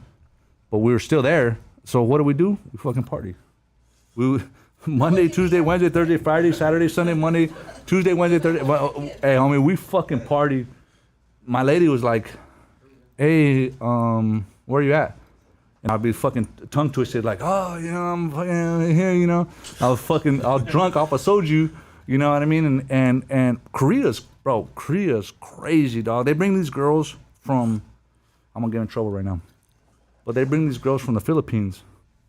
They used to bring them from Russia, but the girls from Russia were sloppy, so they were sleeping with all the military guys, so they got caught. They sent them back. But they would bring these girls from the Philippines to Korea, Osan. That's where I was stationed at, Osan. And so, so you go to a party. I mean, you go off the front gate, homie. Girls everywhere, trying to get you into the club. Like, hey, oh, you're so. Even this fool, they'll probably compliment him. Like, even Reuben will probably get it. You know what I mean? Like, oh my God, you're so handsome, you're so tall. You know what I mean? And he'll be like, what? I'm tall. You know, he'll be like, and he'll pull his ass in there. You know what I mean? So, bro, dudes. My leadership is in there fucking spending money. They're like with these young girls that are fucking, it's kind of like a tilted kilt / you know, like, I don't know, maybe they're like wearing like lingerie and shit like that. But it was smart because they kept the military people in there, you know what I mean? I don't know. I'll be 100%, homie. I know the homies online are going to think I'm full of shit. But I don't know if they were really prostitutes, man. I never really took it that far. But I think that if you wanted it, you could get it. Yeah. I'll say that. Absolutely. You know what I mean? And their whole goal was to keep you in there. They call them juicies because the way it was is when you go and you sit down on a table, a girl's going to come to your table. Maybe 2 of them. Maybe 3 or 4. They come to your table and then they come talk to you and they tell you, oh, Lucky, you know, you're so muscular. I like this tattoo that you have right here. You know, I like your headphones. They're telling you all the shit you want to hear. And then guess who comes? The mama comes. And she says, hey, you know, will you buy them a drink? And then you feel like a little buster, so you're like, well, yeah, I'll buy them a drink. You know what I mean? So they can kick it with you, you know? And so the longer you kick it with them, the more, you know, obviously, they're getting their money because to buy them a drink, they call them a juicy because you're buying them a juice. So they'll sit there and kind of like, as this time going by, they'll sip on their juice and they'll sit there and kind of boost your ego. But it's crazy because you see fools putting it all out on the line there in the military, bro, to fucking be with this juicy, bro. You're like, homie, she don't love you, homie. I don't know what you think, but this girl does not love you, dog. Because as soon as you leave, she's with the next dude, you know. So, but Korea was definitely crazy. It was definitely fun. But it got to the point where I was drinking so much that my wife would. I mean, I stopped going out. right, babe? And you would call me and you'd be like, hey, are you gonna go out tonight? And I'd be like, nah, I would lie to her and tell her I was gonna go out because she thought I was like depressed or some shit. You know what I mean? Because I partied so much that I was like over it. You know what I mean? Tired of it. Yeah. Yeah, you know, and you guys are on the road, so you guys know, right? I mean, when you guys go out, when you guys are working out of town, I mean, that could take over your life, right? Yeah. How is it for you when you're on the road? I mean, it sucks, bro. You're away from your family, dog. You're stuck in a fucking motel room, dog. You know what I mean? You know, we're not in Korea, bro. You know what I mean? Where we got juicers and shit. That's right.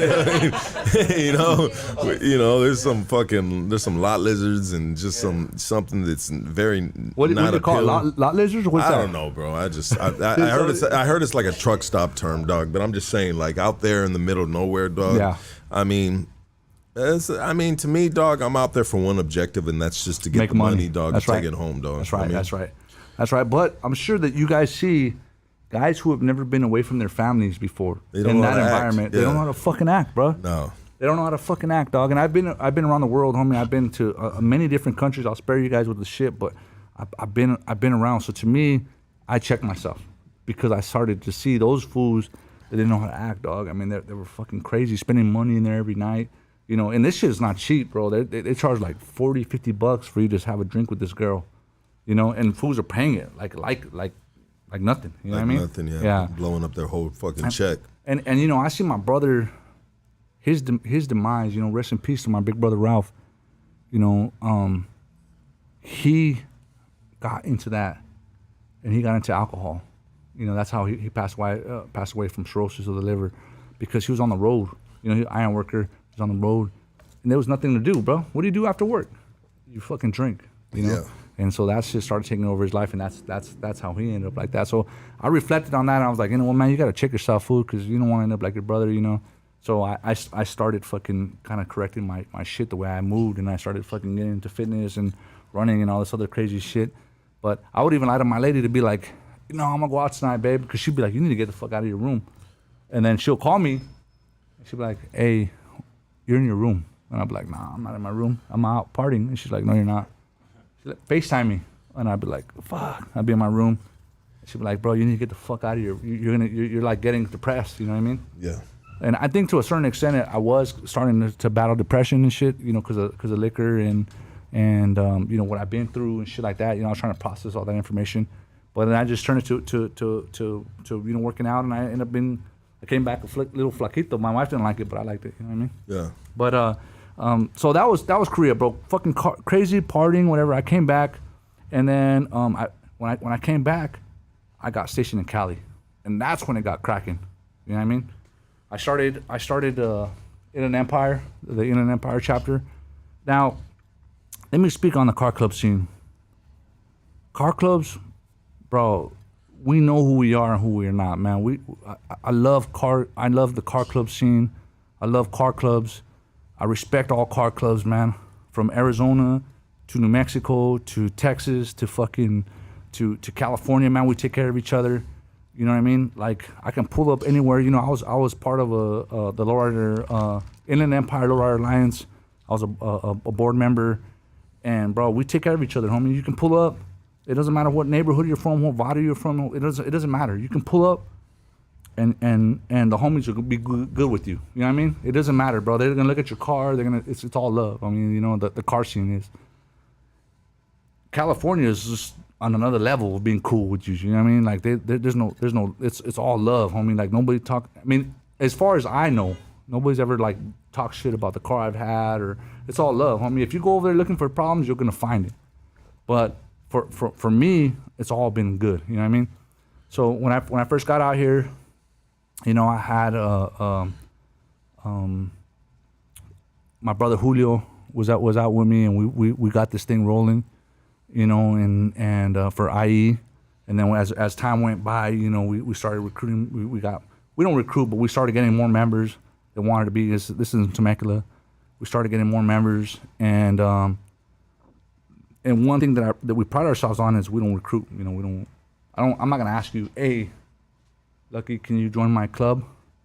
You know what I mean? Because to me, it's like petty. Like I don't, and no disrespect to anybody else that has done that or that does that. But for me, I was just like, nah, we're not gonna do that, man. We're you know, Grumpy's always been, was our founder. He's from Riverside, but he moved to Arizona. He was always like, man, we don't recruit, man. Just if it fits, it fits. If it doesn't, it doesn't, you know? So, you know, whenever I started IE, you know, it was cool because now I have my baby, you know? Now it's not my baby, it's ours, but I'm saying now I have these group of individuals and let's see what we can take it to, you know? And we started off with nothing and now we have all these, you know, we have a nice group of cars, you know what I mean? And so it's California has opened a lot of doors for me. You know, I said that to say that California's opened a lot of doors for me. And the lowrider scene for me, bro, I don't think you guys understand from Cali, for specifically East LA, Whittier, bro, this is the Mecca, homie. This is where it's at, you know what I mean? 100%. Like, do you know that, Lucky? Yeah, I do know that, bro. Okay. I don't have a lowrider, dog, but I know that everywhere I go around this bitch, dog, there's fucking lowriders, dog. You know what I mean? Let me ask you this. Do you know that, like, even from New Mexico, East LA is like the Mecca of the Chicano fucking, like... Movement, the culture. Everything, homie. Like with the template. Bro, yeah. I don't know if you guys really understand how big of an impact East LA is. It's huge, bro. To the rest of us, you know what I mean? You know what, bro? Check it out, dog. I'm from Northeast LA. We're in East LA right now, dog. I'm from Highland Park, dog. But I know for a fact, dog, that, you know, worldwide, they pay attention to what's happening right here on a lot of different levels. And one of those levels is the lowrider scene, dog, because I don't know the history of the lowrider, but I believe that it started potentially right here, dog. I've heard two things. I mean, Go ahead, and I'm gonna get fucking crucified right now. They say, I didn't say this. Let's be clear, I didn't say this. Yeah. But I've seen that they say Española is the lowrider capital of the world. And where's that at? It's in New Mexico. Okay. Yeah. They say it. I'm not gonna get into that, homie, because that's a losing battle. You know what, dog? I don't know the facts around that, bro. But I know that where I'm from, bro, it has been there since day one, bro. And I know that. So say if that was a fact, bro. Yeah. You know what I mean? No matter what, people still look at it right here, dog. Well, what is lowrider capital of the world mean? Does that mean that they started it, or does that mean that they per capita they have the most people? It could be per capita. Yeah. I mean, Española is a smaller city. Yeah. So it could be per capita. LA got fucking how many millions of people here? Yeah, absolutely. So I'm saying, so if you're going off of 500 people, I'm not saying Española has it. No disrespect to Española. I'm just saying, if they have 500 people there, and 200 of them have lowriders, but you have fucking 50 million people here in LA, and 10 million of them have them. You know, obviously. Yeah, I get it. Yeah. You know what I mean? Yeah, no, for sure, bro. So, but I can tell you, bro, that growing up, East LA, Whittier, being out here was something special, man. I mean, it was for the lowrider scene. You know, I grew up. I told you guys, like, I grew up with my next door neighbor, man.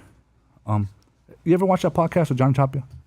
No, I'm gonna watch it though, bro. You sent it to me. I'm gonna watch it. Bro. I'm gonna bless you guys with something that you guys, if you guys never watch it, watch the documentary of Johnny Tapia. What was that? Tapia. It's called Tapia. It's on YouTube. You can watch it on YouTube. It's free, whatever. But that guy, I mean, the way that he is a good representation, I feel like, of my neighborhood, right? Absolutely. And I also feel like the lowrider culture there, right? Okay, well, I said that to say this. This is how small this world is. In that documentary, his son, or some of the guys one of the guys that he's training, his name is Pitbull. His dad, it was the guy that I seen the first lowrider. He was my next door neighbor, right across the street from me. His name is Alfred. Alfred, I don't know his last name, but his name is Alfred. First money car I ever seen. This is how small the world is. That documentary, that guy, a Pitbull at the end, his dad was my direct front neighbor, bro. I looked up to this guy my whole life. I'm gonna watch it after today, bro. Yeah, but after today, I'm gonna watch it. But you'll trip because at the end of the documentary, Johnny Tapia is training this kid, and it's my next door neighbor's son. Wow. And that's where I got my first lowrider. That's where when he would bust out this lowrider, I was like, bro, what? Like it moves. You know what I mean? You like lowriders? You ever been to it? I love lowriders, bro. You know what I mean? I haven't really been in the. I spend my money differently, bro. You know what I mean? Obviously, on this right here, bro.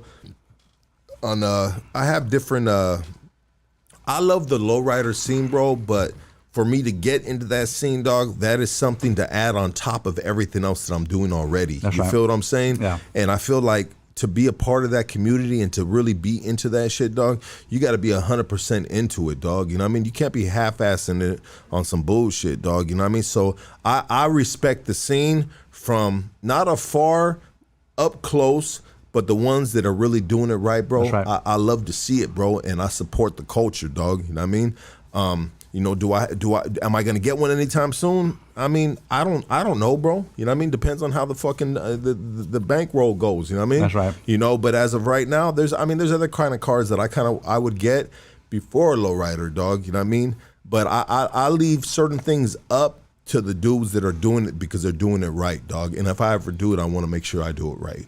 Well, I can tell you to the lowrider homies to the lowrider gods, that bro, I've been having lowriders since. Baby, you remember my first car?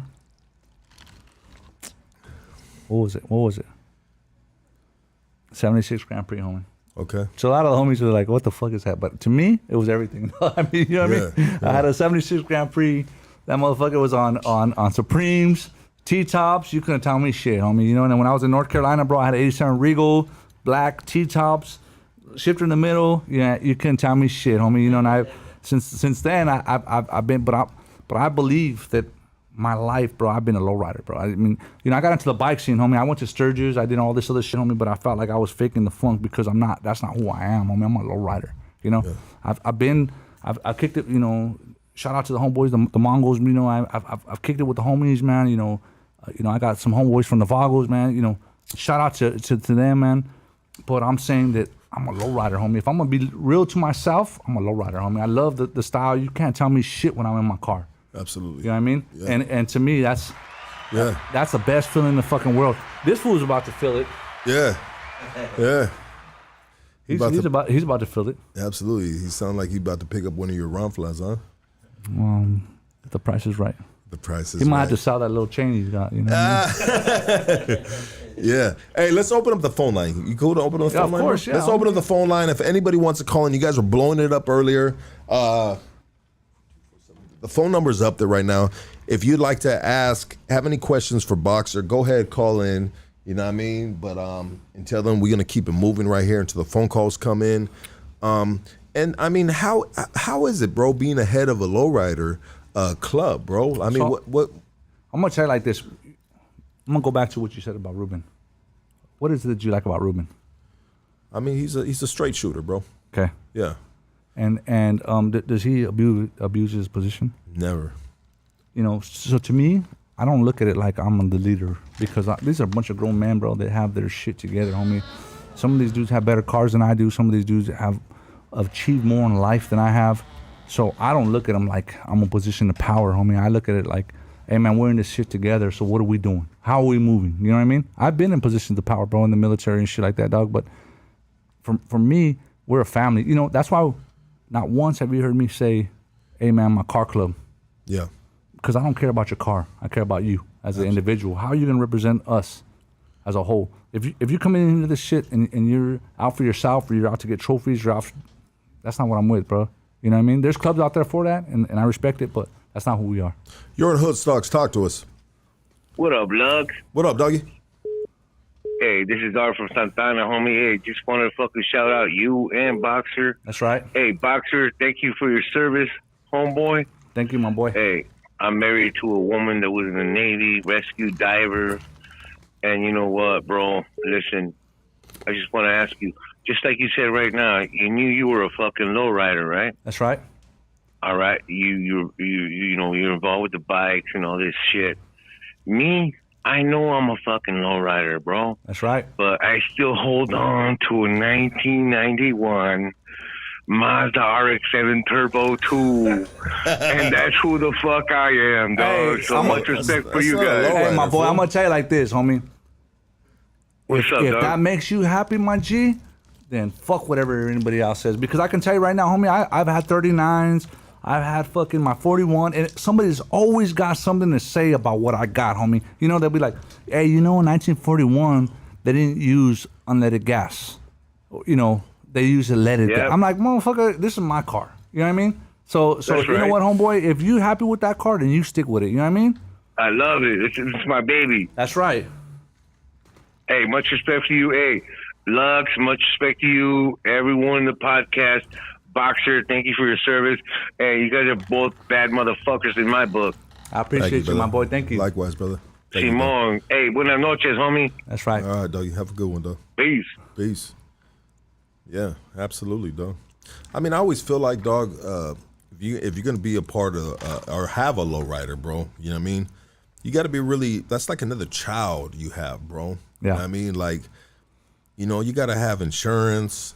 You got to have medical insurance for that baby. You know what I mean? You got to have, you know, just money to put in that baby. You know what I mean? Like, I mean, it's a whole another fucking realm, bro, to have one of those old school classics in your driveway, dog. That's right. Yeah. Let's go to the next phone call right here. You're on Hood Stocks. Talk to us. Hey, what's up, Lucky? What up, baby? Shit. Hey, man, dog, I didn't even do an answer. I did, dog. No one's answering you today except me, dog. You know what I mean? So you can thank me a lot. All right, that's right. Hey, this is a fucking critic from La Puente. Okay, what up, my G? La Puente in the house. That's I right. say shout out to you, shout out to homeboy right there, Boxer and shit. That's right. Thank you. Hey, dog, this podcast is the shit and shit, you know?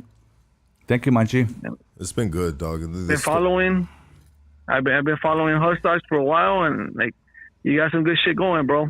Thank you, brother. Yeah, I mean, we ain't nothing without you guys, bro. You know what I mean? Right. So thank you, bro, for fucking supporting, dog. Always, dog, and fucking, you know, right now I'm in Las Vegas.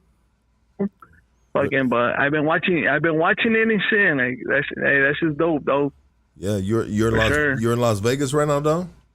I'm in Las Vegas right now. What are you doing out there, Yeah, bro? but fucking, I'm in the that's house. You're in the what, bro? I'm in the pool. Oh, you're in the pool, dog? Yeah. Yeah, hell yeah. You got a fucking But speed on right now. Shit, you already know. That's right, dog. Enjoy your time in Vegas, baby. Hey, Perfect keep time it to be in up, a pool. dog. It's hot out there right now. Yeah, it's hot. Yeah. Hey, it's fucking like 107 right now. Damn, dog.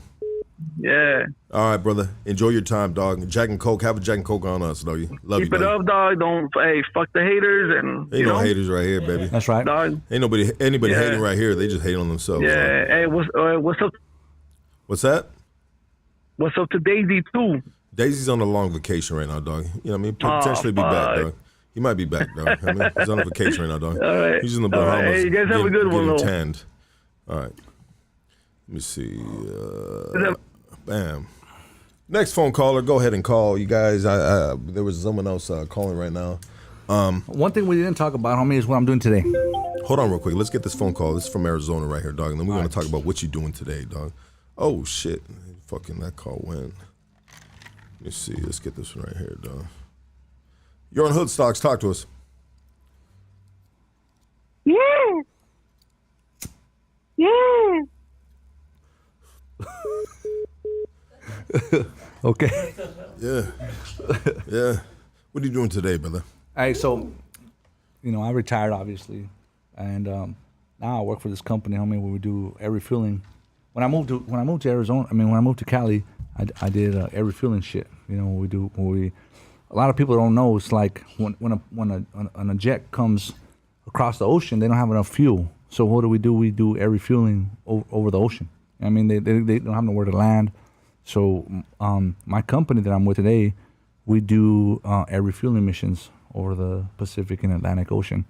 So it's pretty dope, man, because, you know, you see this shit and we go on the planes and you know, there's a place to sleep and we do these missions over over the Atlantic. You know, we go to Myrtle Beach, or we go to fucking, you know, we're out here in Moval and at March Air Reserve Base, and we work out of there. But you know, we do all this shit for the Navy and the Marines, and it's like bro, it's a best feeling, homie, because all this shit came together. You know, and like now I'm retired, but I'm still doing shit for the military. You know what I mean?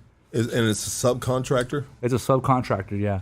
Okay. So like, we do a lot of training shit for the you know, I can't get into specifics, but you know, we do a lot of stuff over the Pacific Ocean, because you know, like people think that you can just pull over at a, you know, when you these jets, you know, they have tanks and shit, but external tanks, or we add on tanks to them, but they still don't have enough fuel to make it over the ocean.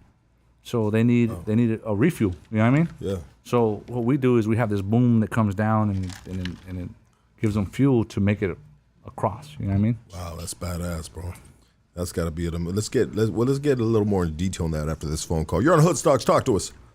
Yo, what's good? What's up, Hood Stocks? Hey, look, y'all, I got a quick question for you, bro. Oh shit! I've been on my electrician thing for a minute now, right? And I've been to Local 11 like twice, and I've been on the waiting list. But bro, I keep getting jumped. Like, can you tell me a way to just I don't know, get in there faster? Or can you point me in a direction to somebody that could help me out, maybe? 100%, dog. This is what you do, dog, and this is what I did, dog. Yeah. Do you have prior experience? Yeah. I'm going on 4 years now. I got schooling too and all that. Okay. So what I want you to do right now, dog, is I want you to go back to the non-union side, work for a non-union contractor, bro. Right? Yeah. Get a paycheck stub, dog, and then you hit me up on the DM. Once you get working on a non-union company with a non-union contractor paycheck stub, hit me up on the DM, dog, and I'll shoot you an organizer's number. And what you do is you get organized into the union, dog. It's a faster way, because the union always wants to take from the non-union side, dog, and it's the way that I got in, dog. Because honestly, dog, if I would have went the traditional way, dog, I would have never been able to pass that math test and all that other shit, dog, to get in, dog. Why? Because, you know, because of my history, brother. You know what I mean? You know. Right. You know, right. I know I look smart as fuck. Like, everybody looks at me and they're like, this guy looks like You're a genius. Dog. You're yeah, genius. They look like this dude looks like he can do anything. You know what I mean? But the truth of the matter is I'm really a little bit of retarded, dog. And I know you guys never thought about that, dog. You know what I mean? Lucky retarded? No way, dog. You know what I mean? But anyway. No, it happened. Yeah, exactly. But so get a non-union paycheck stub. I'll hook you up with an organizer's number, or an organizer's going to come in and be like, oh shit, we got to steal this dude from the non-union workforce and make him union. Right. And that's the fastest way to get in, baby. Yeah, because I was doing the whole phone banking, the whole going to go talk at the little meetings and stuff, and I was like, man, bro, they even put me on the banner program for a minute. I was with a bunch of the Usos. Okay, yeah. Shout out to the Usos, dog. Yeah, shout out to them. Yeah. You know the banner program, right? Yeah. I don't know the banner program, but it doesn't sound like it's fun, dog. It sounds like it might be a cheerleading program. You got to hold up banners. That's what it was. Yeah. That's what it was. Yeah, no, it sounds like some bullshit, dog. You know what I mean? So let me tell you this, dog. Go get a non-union, and I'll hook you up with an organizer's number. They're going to organize you straight in. I love you, my boy. Holla at me, dog. All right. You're on Hood Stocks. Talk to us. Hey, Lucky, how's it going? It's going good until you called. Hey, Boxer. Yeah, what's up, homie? Hey, man, thank you for your service, man. Oh, well, bro, it's a blessing, homie. Thank you. Hey, carnal, I grew up, being locked up since I was 13 and all that.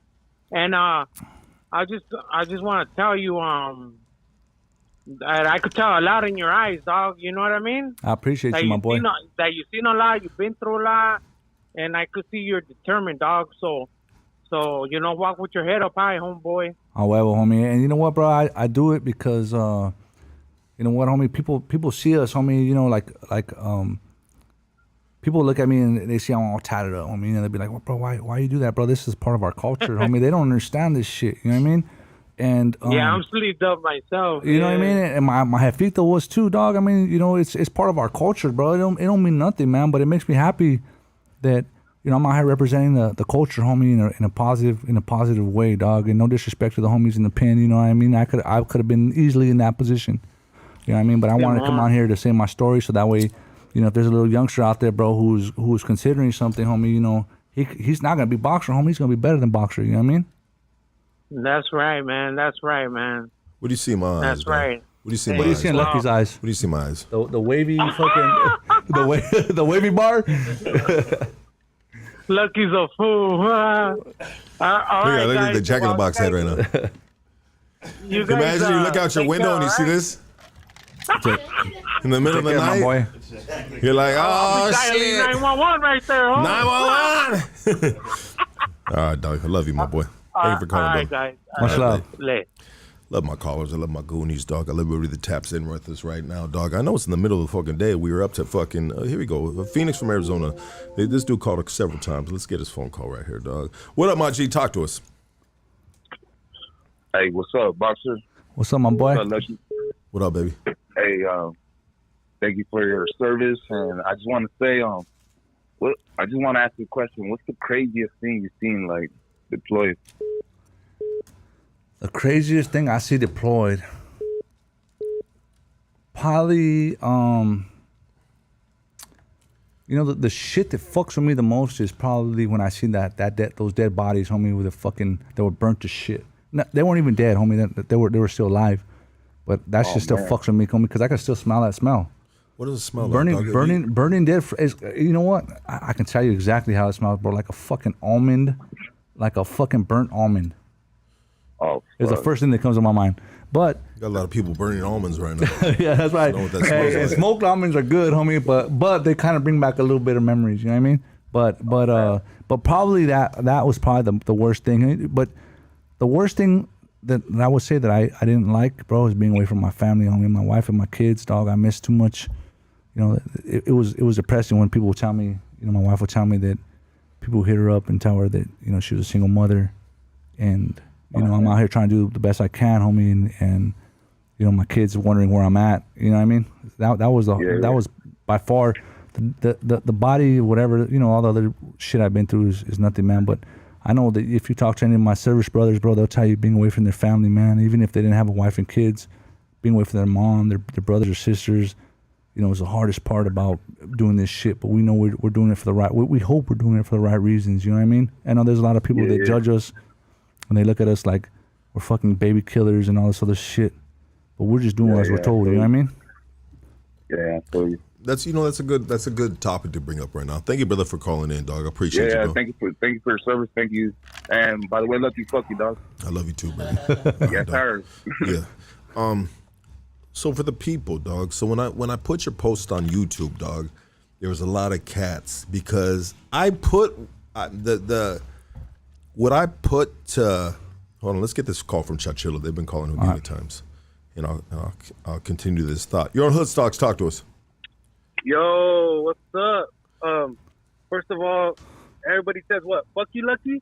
I mean, yeah, dog. That's what everybody says. Yeah, it's the way we show love around here, dog. If you can't tell a dude, fuck you, dog, then you know what I mean? You ain't yeah, dog, it's what we show love right here. Go ahead. Yeah, man. Hey, but I just want to tap in, man, and shout out to BOXER. Thank you, my brother. Thank you for your service. The only way I could relate to you, bro, is because, because I'm also a veteran. That's and right. Been through that shit in Afghanistan.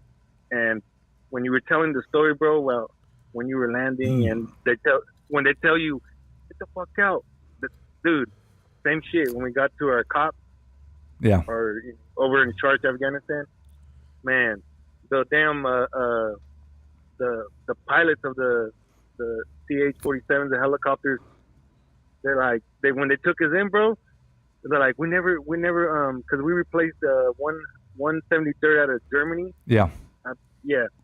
And we were at 10 Mountain, and they told us, hey, we never drop guys off during daytime. We always do it at night. No, that's right. That's right. You're right.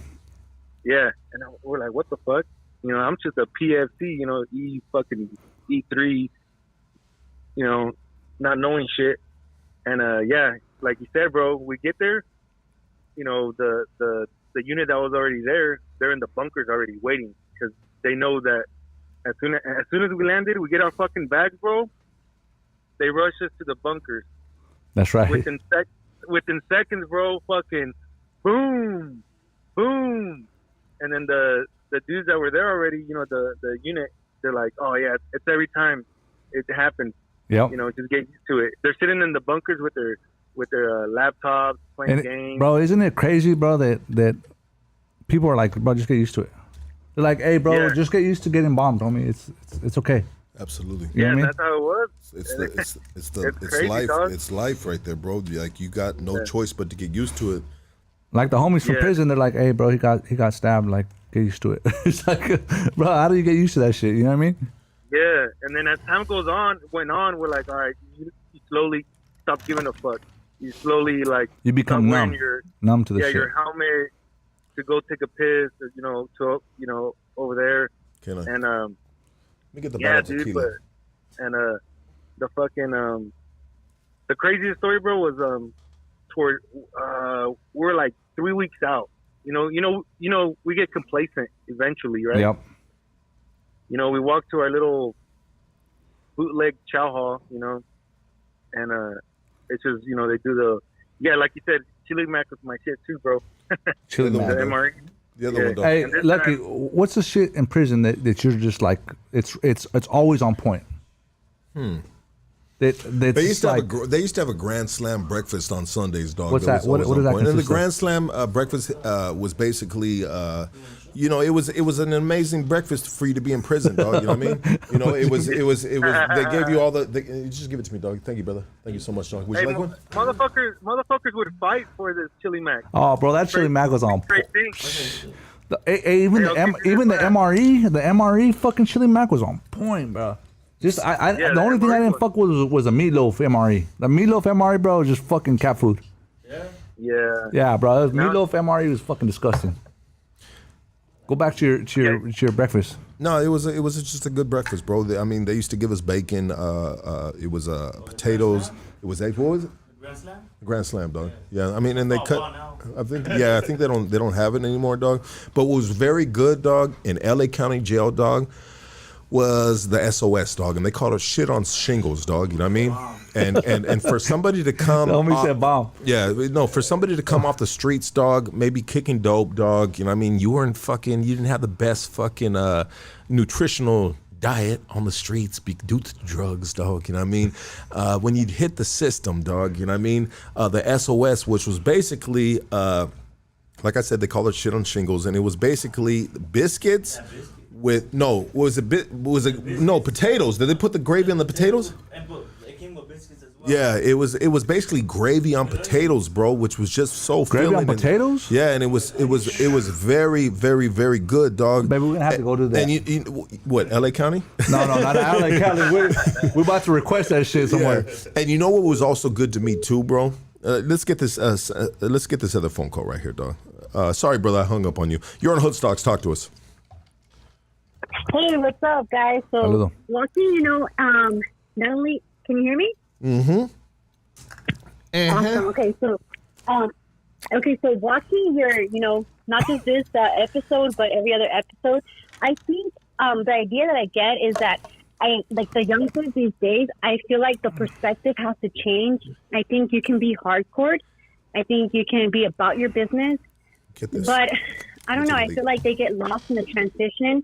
And they get so involved in the lifestyle that they don't see the opportunities that, I guess you could say, America has for us. But I just wanted to say, hey, Boxer, I think you took what you could out of the situation you were in, and it's like an example to a lot of people. You may be in a negative situation, but there's always a positive in it.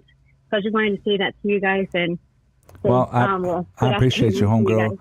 Well, I will tell you this, man. Is like everywhere I went, I felt like, even to this day, man. I feel like people are watching me. In a good way. I got my nephews, I got my daughters that are watching me. And they want to see how I'm moving. I got my wife that's watching me and seeing how I'm moving in a positive way, man. I can't let them down. And exactly. My culture. I came on this podcast with a thought to be like, what, I want to motivate that one kid that's went through the shit that I've been through, and to know that he don't have to join the military, man. I'm just talking about what I've been through. You know what I mean? But exactly. But it's like you can run with what you've learned.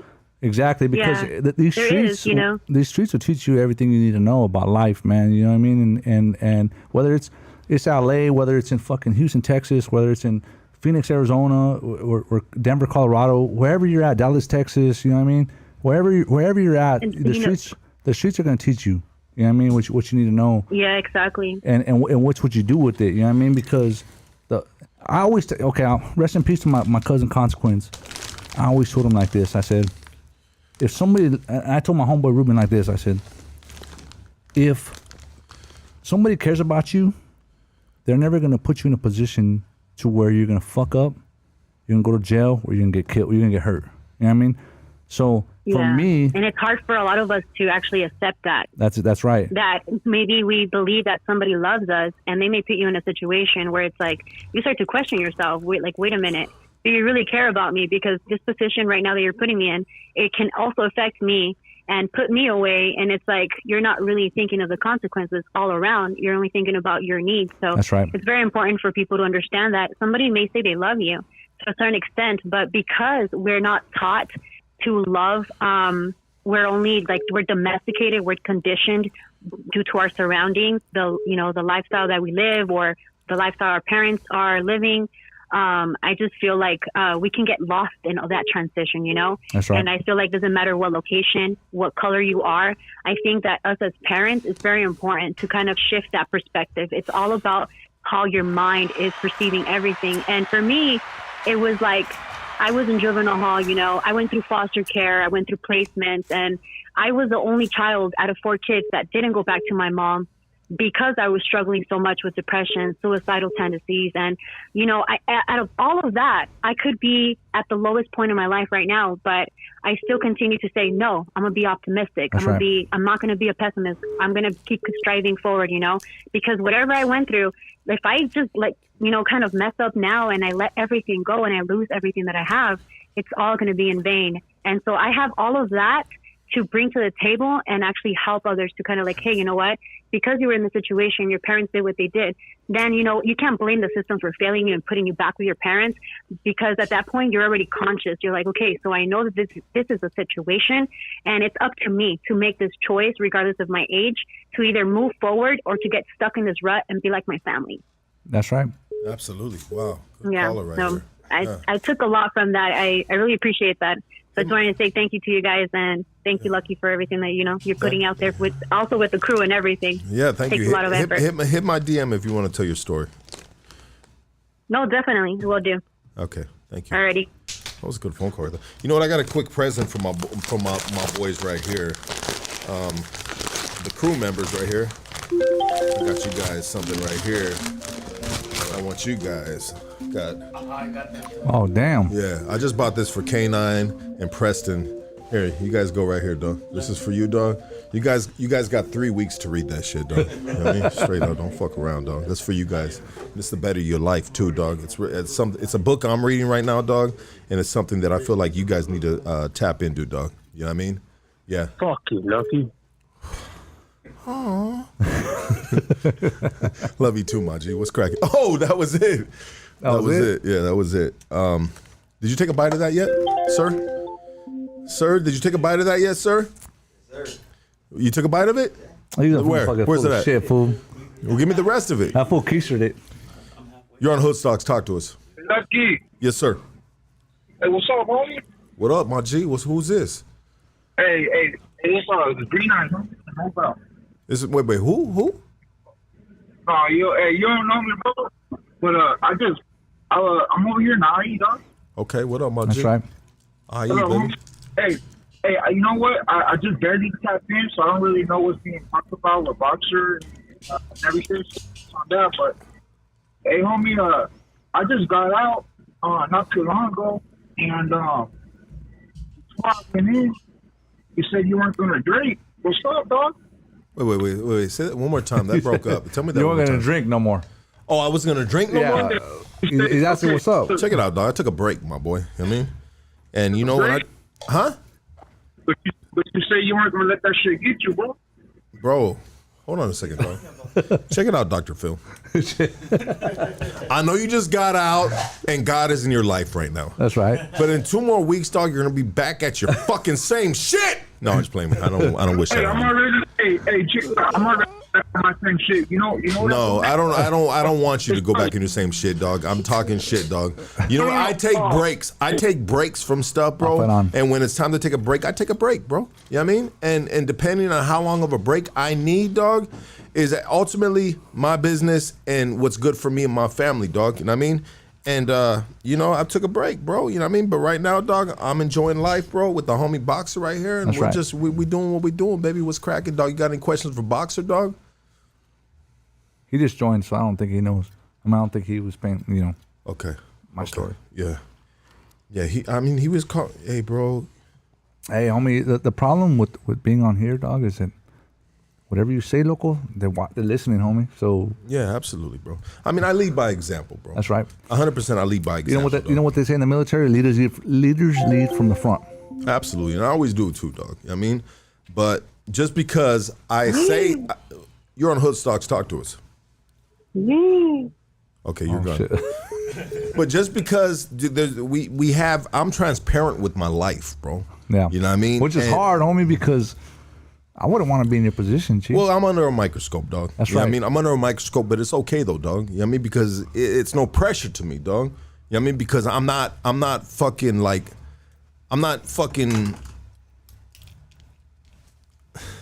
How can I say it, bro? Like I'm as real as it can be, bro. Yeah. I ain't got nothing to motherfucking hide, bro. You know what I mean? Like I'll keep a G 100%, bro. If I need a break, I take the break. You know what I mean? However long of a break I take is on me. That's right. And you'll see some podcasts where, you know what I mean, we just being easy. We might be drinking coffee. We might be doing whatever, dog. You know what I mean? But at the same time, bro, as long as I don't fall back to fucking drugs, hard drugs, I'm not an alcoholic, dog, because I don't drink throughout the week, dog. You know what I mean? Yeah. You know, let me live, dog. Let me have my glass of wine. Let me have my Jack and Coke. Let me have a little piece of a wavy bar once a month, dog. That's you know right. what I mean? I mean, it's good for me, bro. It's good for me. Now, what's good for me may not be good for you, bro. What helps me out may not help you out, bro. But that's okay, though, dog. What I try to encourage is to find out what's good for you. That's right. Like, what kind of break do you need? Some people need a 6-month break. Yeah. Some people need to stop, period, bro, because they ain't working, they ain't handling business, they're acting a motherfuck fool, dog, you know what I mean?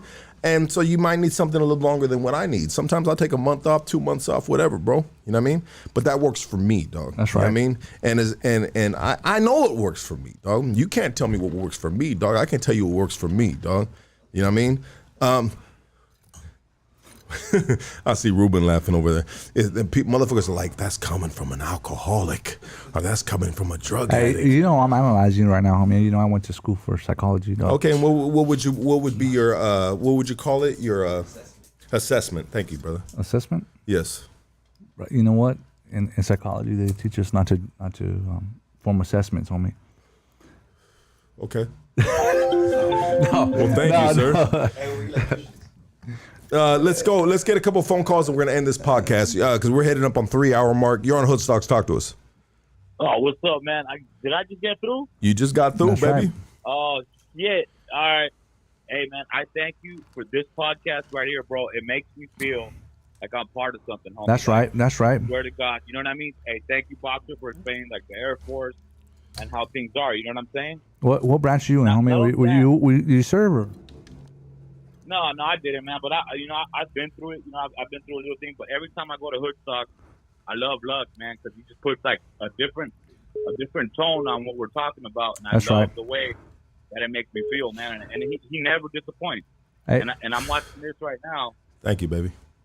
Yeah, man. Yeah, for sure. And I'm like, God damn, it is fucking Luck is fucking on point with this shit. He is. We're killing the game, baby. Yeah, Hood he is. Stocks, baby. You know what I'm saying? Yeah, we're killing it, baby. We got 1.5 million views on the last 28 days, dog. We up to motherfucking 40,000 subscribers, dog. We are killing the game, dog. We are killing the game for one reason. Transparency, dog. The truth. Being true to who the fuck you are, dog. You know what I mean? The rawness of fucking life, the streets, individuals, dog. You know what I mean? Nothing is scripted here, bro. I have no notes here. I sometimes I do, bro, but right now I don't, bro. You know what I mean? This is all off the hip, baby. And I'm gonna tell you something about Lucky. This homeboy told me. I said, "Hey man, I don't know what to talk about." He said, "Bro, fucking do you? Like don't. This shit ain't scripted, bro. Just do you." And I was like, "Damn, that's dope." You know what I mean? Absolutely, bro. I mean, yeah, you got to do you, dog. You know what I mean? Whatever's natural. This is what we do for the detriment of ourselves. Sometimes it's like, oh shit, I'm gonna ask. Absolutely. And hey, when you lose your shit, look, I have my days when I lose my shit the same way. Absolutely, like, bro. Fuck it, dog. And it's whatever. Yeah, I'm fucking going off the hinges. You know, whatever. I fucking work my job. It's full commission. And I'm putting, and you put that out there, that we got different jobs and we've got so many like other responsibilities we got to take care of. And then you let us know that. And that's right. You know what, bro? Absolutely, bro. Salute to you on that, dog. You know what, right now, I am in a very zen point of this year for me, dog. I took time off of work, bro. And I'm reading, bro. I'm reading books. I'm in with my kids, bro. Like, I'm shutting out all the other bullshit, bro. And I'm just concentrating on what's in front of me. If it's a book, if it's my kids, if it's my girl. Shit, I'm podcast, right baby. now. And we can't always do that, bro, because we don't get breaks in life, some of us, because we live in fear of the next bill, dog. The next coming of that whatever. Yeah, the next bill, bro. You know what I mean? Yeah, dog. So we're not used to that type of shit. You get me? So like, I'm reading this book on flow right now, and it tells you how a man goes through his life when your shit just flows, bro. But you're putting in good positive energy. You're doing the best you can, bro. And you get one of those days when you wake up and everything is beautiful, brother. Like, you know what, bro? The secret to life is law of attraction, bro. Yeah. The secret to life is law of attraction. There goes my cousin right there. Shout out to my cousin, baby. What up, doggy? Yeah, that's my cousin right there. I love that motherfucker right there. But the secret to life is law of attraction, bro. Check it out. Yeah. I was just watching The Secret on, I think it was on Prime and shit, dog. You know what I mean? And it's like, you know, when you're having a bad day, put on a happy song. Turn that shit around, bro. Put on a happy song and start singing some happy music. Don't like that, bro. Yeah, bro. Check it out, dog. Bro, our mind is so fucking powerful, bro.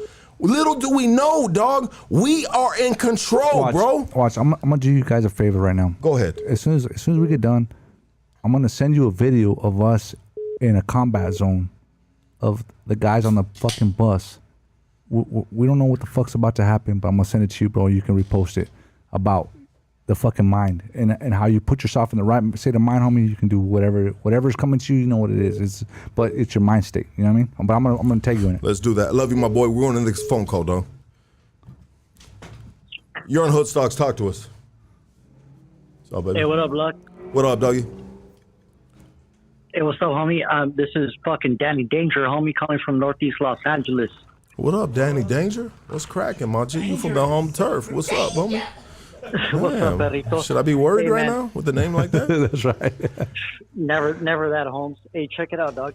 I'm about a half hour behind your podcast. You know what I'm saying? And I've been one of the day one supporters. And one thing that I'm thinking about when this vato's talking, you know what I mean? I don't know if you address this or not because I'm like a half hour behind. But a lot of veterans fucking kill themselves, bro. No, that's a fact, homie. That's a fact. In fact, ISIS put out a fucking video, bro, that got taken off of YouTube, and they're talking about how we fucking veterans, you know, we commit suicide, dog. Post war, you know what I mean? So I mean, you're speaking facts, homie. You know what I'm saying? And my questions are this: it's like, part of me feels like, all right, Holmes, if you sign up for this shit, that's where you're going to be exposed to, right? Like you're going to be exposed to this shit. That's right. But then I also feel it's like, bro, if this shit is happening at such an alarming rate, mm-hmm. why are we not taking care of these motherfuckers when they get out? You know what I'm saying? Like, bro, I mean, I think that's circumstantial, right? No, I mean that's $1 million question, my boy. I mean, like, let me tell you something real quick, homie. I'm gonna tell you real quick. And I have it on my Instagram, dog. I'll tag fucking the homeboy Lucky in it. we had a dude. We went to Japan, homie, and we came back, dog. And then this dude never gave us no insight on anything that he did, homie. And then he came back and he blew his head off. And then they called us in, and they did an investigation. Wondered how the fuck this fool blew. Homie, I couldn't tell you, dog. I mean, this dude was happy when we were on this fucking mission, homie. We went to Japan, dog. I mean, we didn't do shit. But when we came back, this motherfucker blew his head off. I don't know why he did it. I couldn't tell you. I mean, when I was talking to the fucking OSI Office of Special Investigation, I couldn't tell them why this fool chose to take his life. I don't know. Because they investigated you about his. They just asked me, like, was he acting different? I said no. I mean, he was happy, homie. He's in my video. I'm gonna tag the homie Lucky in it, and he's the guy in front of me that's videotaping everybody, dog. I mean, that dude came, rest in peace. He came back and blew his head off. To answer your question in short, homie, I don't know. I have no idea, my boy. It seems to me like there's something going on, you know, where the rate of suicide is insane through the roof, where these vatos, mostly men, because mostly men commit suicide. Yeah, that's right. Above women. You know what I'm saying? So what's going on to where our soldiers are coming back and they're offing themselves, Holmes? You know what, my boy, I don't know. I wish I had that answer, homie, because that's a fucking $1 million question, homie. I have no idea. I mean, that's a real question. You know what I'm saying? Yeah, it's a real question that I believe that at this point, not a lot of people can answer, bro, because it's circumstantial in regards to, like, who knows? Maybe his lady left him, bro. Maybe she found out he was cheating on him, bro. Like, a dude might be strong in the battlefield, but the littlest thing in the home life can break him. I mean, there's just different. Lucky nailed it right on the head, homie. Like, I never went through a lot of the shit that these fools went through because my lady was strong, homie. She was with me through the shit. Bro, she's telling you to go out and party. Yeah, that ain't your average woman right there. Bro, I don't know what the fuck. I don't know what I did to deserve this lady. Hey, check it out. You're blessed. I agree with you 100%. But it's not circumstantial because statistically speaking, this shit happens way more than any other motherfucker who's doing whatever. No, you're right. You're right. Okay, well, I'm corrected to be wrong, bro. It's okay. Yeah. So it's not like circumstantial. Statistically speaking, this shit is happening way more. You know what I'm saying? No, you know what, bro, and I thank you for bringing awareness to that, my boy, because you're right, bro. It's a lot of people taking their lives, and you know, I can't speak on it because obviously I never got to that point. But you know, there's brothers and sisters out there, man, who have been to the combat and you know, for whatever reason, bro, they choose to take their lives. Yeah, man. Well, thank you for taking my call, but check it out. Hey, look. Yeah. Hey, fuck you, Lucky. There you go. I was waiting for that. Love you, dog. Thank you, bro. I was waiting for that, dog. That's why I had a grin on my face. You're on Hood Stocks. Talk to us. Oh, check it out. Hey, look. Yeah. Hey. How you doing? Good. I just want to say hello and, you know, salute BOXER for doing what he did and what he went through. I appreciate you, homegirl. I also wanted to say, you know, I it's a trip how you, BOXER, you know, compared like where you were to the prison life too. It's a trip because it's almost the same stuff, right?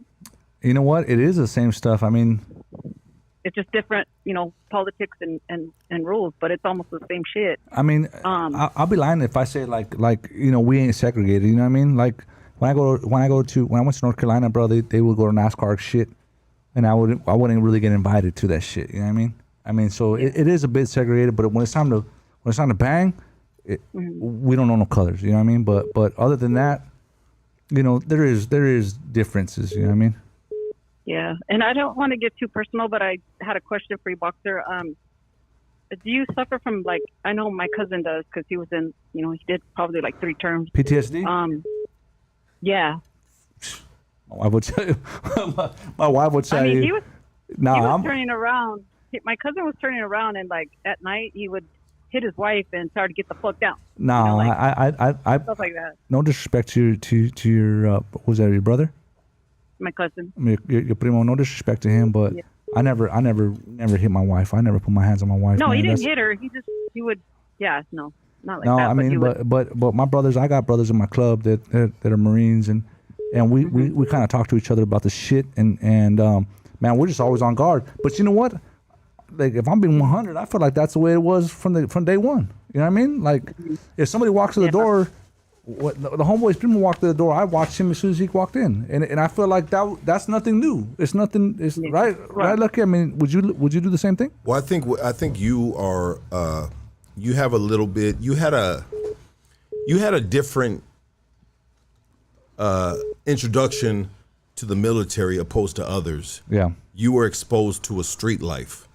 You know what I mean? So I believe the street life prepared you for the military, bro. That's right. You know what I mean? For sure. It sounds like that too. Where you weren't able to, where you were able to adapt a lot easier opposed to fucking, you know, Johnny down the street, dog, that was just raised a certain way with a certain lifestyle in a family that had no resistance, you know, to the way they lived. Right. You know, you're right. You know, and so maybe real quick, he had a cushion going in. You know what I mean? You know, for the detriment of himself, but at the same time for the benefit of himself, right? You know what I mean? Yeah, and I think that's pretty cool that he had, you know, the mentality they had on the street, turn it into, you know, what prepared him to be, you know, in military. So absolutely, that's cool. What's your name again? That's real cool. Denise. Calling from Orange County. Thank you for calling. You were the last phone call. Thank you so much, Denise. We appreciate you. All right, you guys. Have a good one. Cool. Yeah. Boxer, this has been amazing. We are at 3 hours and 9 minutes, baby. I appreciate you, know my what I boy. mean? Hey, but one thing I want to say before we end this shit, I want to thank my boy right here, Reuben. Yeah, absolutely. A lot of people don't give him credit because he was in the Salvation Army. You know what I mean? And, you know, he probably served. You know what I mean? That was good, bro. I wasn't ready for that one. and you know Salvation Army. He was out there in the hood ringing the bell, bro. He took fire, you know what I mean? He knew what it was. He guarded that that little coin tank. My boy, dog. You a fool for that, dog. That shit's hilarious. Nah, but shout out to Reuben, man. Thank you, brother. It doesn't go unnoticed, homie. I really appreciate it, bro. Shout out to Lucky. Oh, my God, dog. Bro. Thank you, brother. It was a fucking pleasure, awesome podcast, my it's been G. good, dog. I mean, we went through 3 hours. Did that go by quick, or you know what I mean? Did it feel like we went through that journey? Bro, I'm ready for a fucking halftime show, and then we'll get back at it, my G. Absolutely, dog. We're gonna get the halftime show, but we ain't gonna get back at this. That's right. We get back at something That's else. right. Dog, That's you know what I right. mean? That's right. But everybody, give it up for Boxer, baby. We love you, dog. Thank you for your service, brother. Shout out this to has been New amazing, Mexico. dog. Shout out to my Solen Familia. You know what I mean? Shout out to AZ. Shout out to New Mexico. Especially shout out to motherfucking California, bro. I love you guys, man. You know what I mean? I'm one of you guys now. You know what I mean? Like it or not, but I'm fucking, as the homeboy told me, you got to be from Southern California to be a Sureño. So you know what? From motherfucking Southern California. You know what I mean? Hey, there you go, baby. Southern United. That's Raza, right. That's baby. right. God forbid I ever go over there, but the homeboys that are locked up, man, take care of me, my G. Absolutely, dog. This has been amazing, brother. Thank you so much, dog. We are out of here. We love you guys, dog. Hit the like, hit the subscribe, baby. Let everybody know we are here, dog, for the rawest stories on the motherfucking planet, dog. We love you.